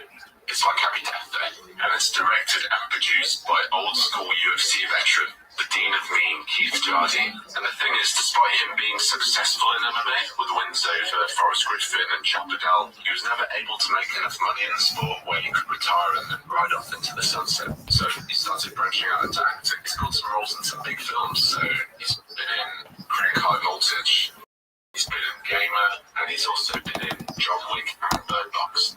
When COVID hit, Jardine to get into writing. And after writing and directing a short film, he was given the green light to direct this noir thriller starring Final Destination's Brendan Fair.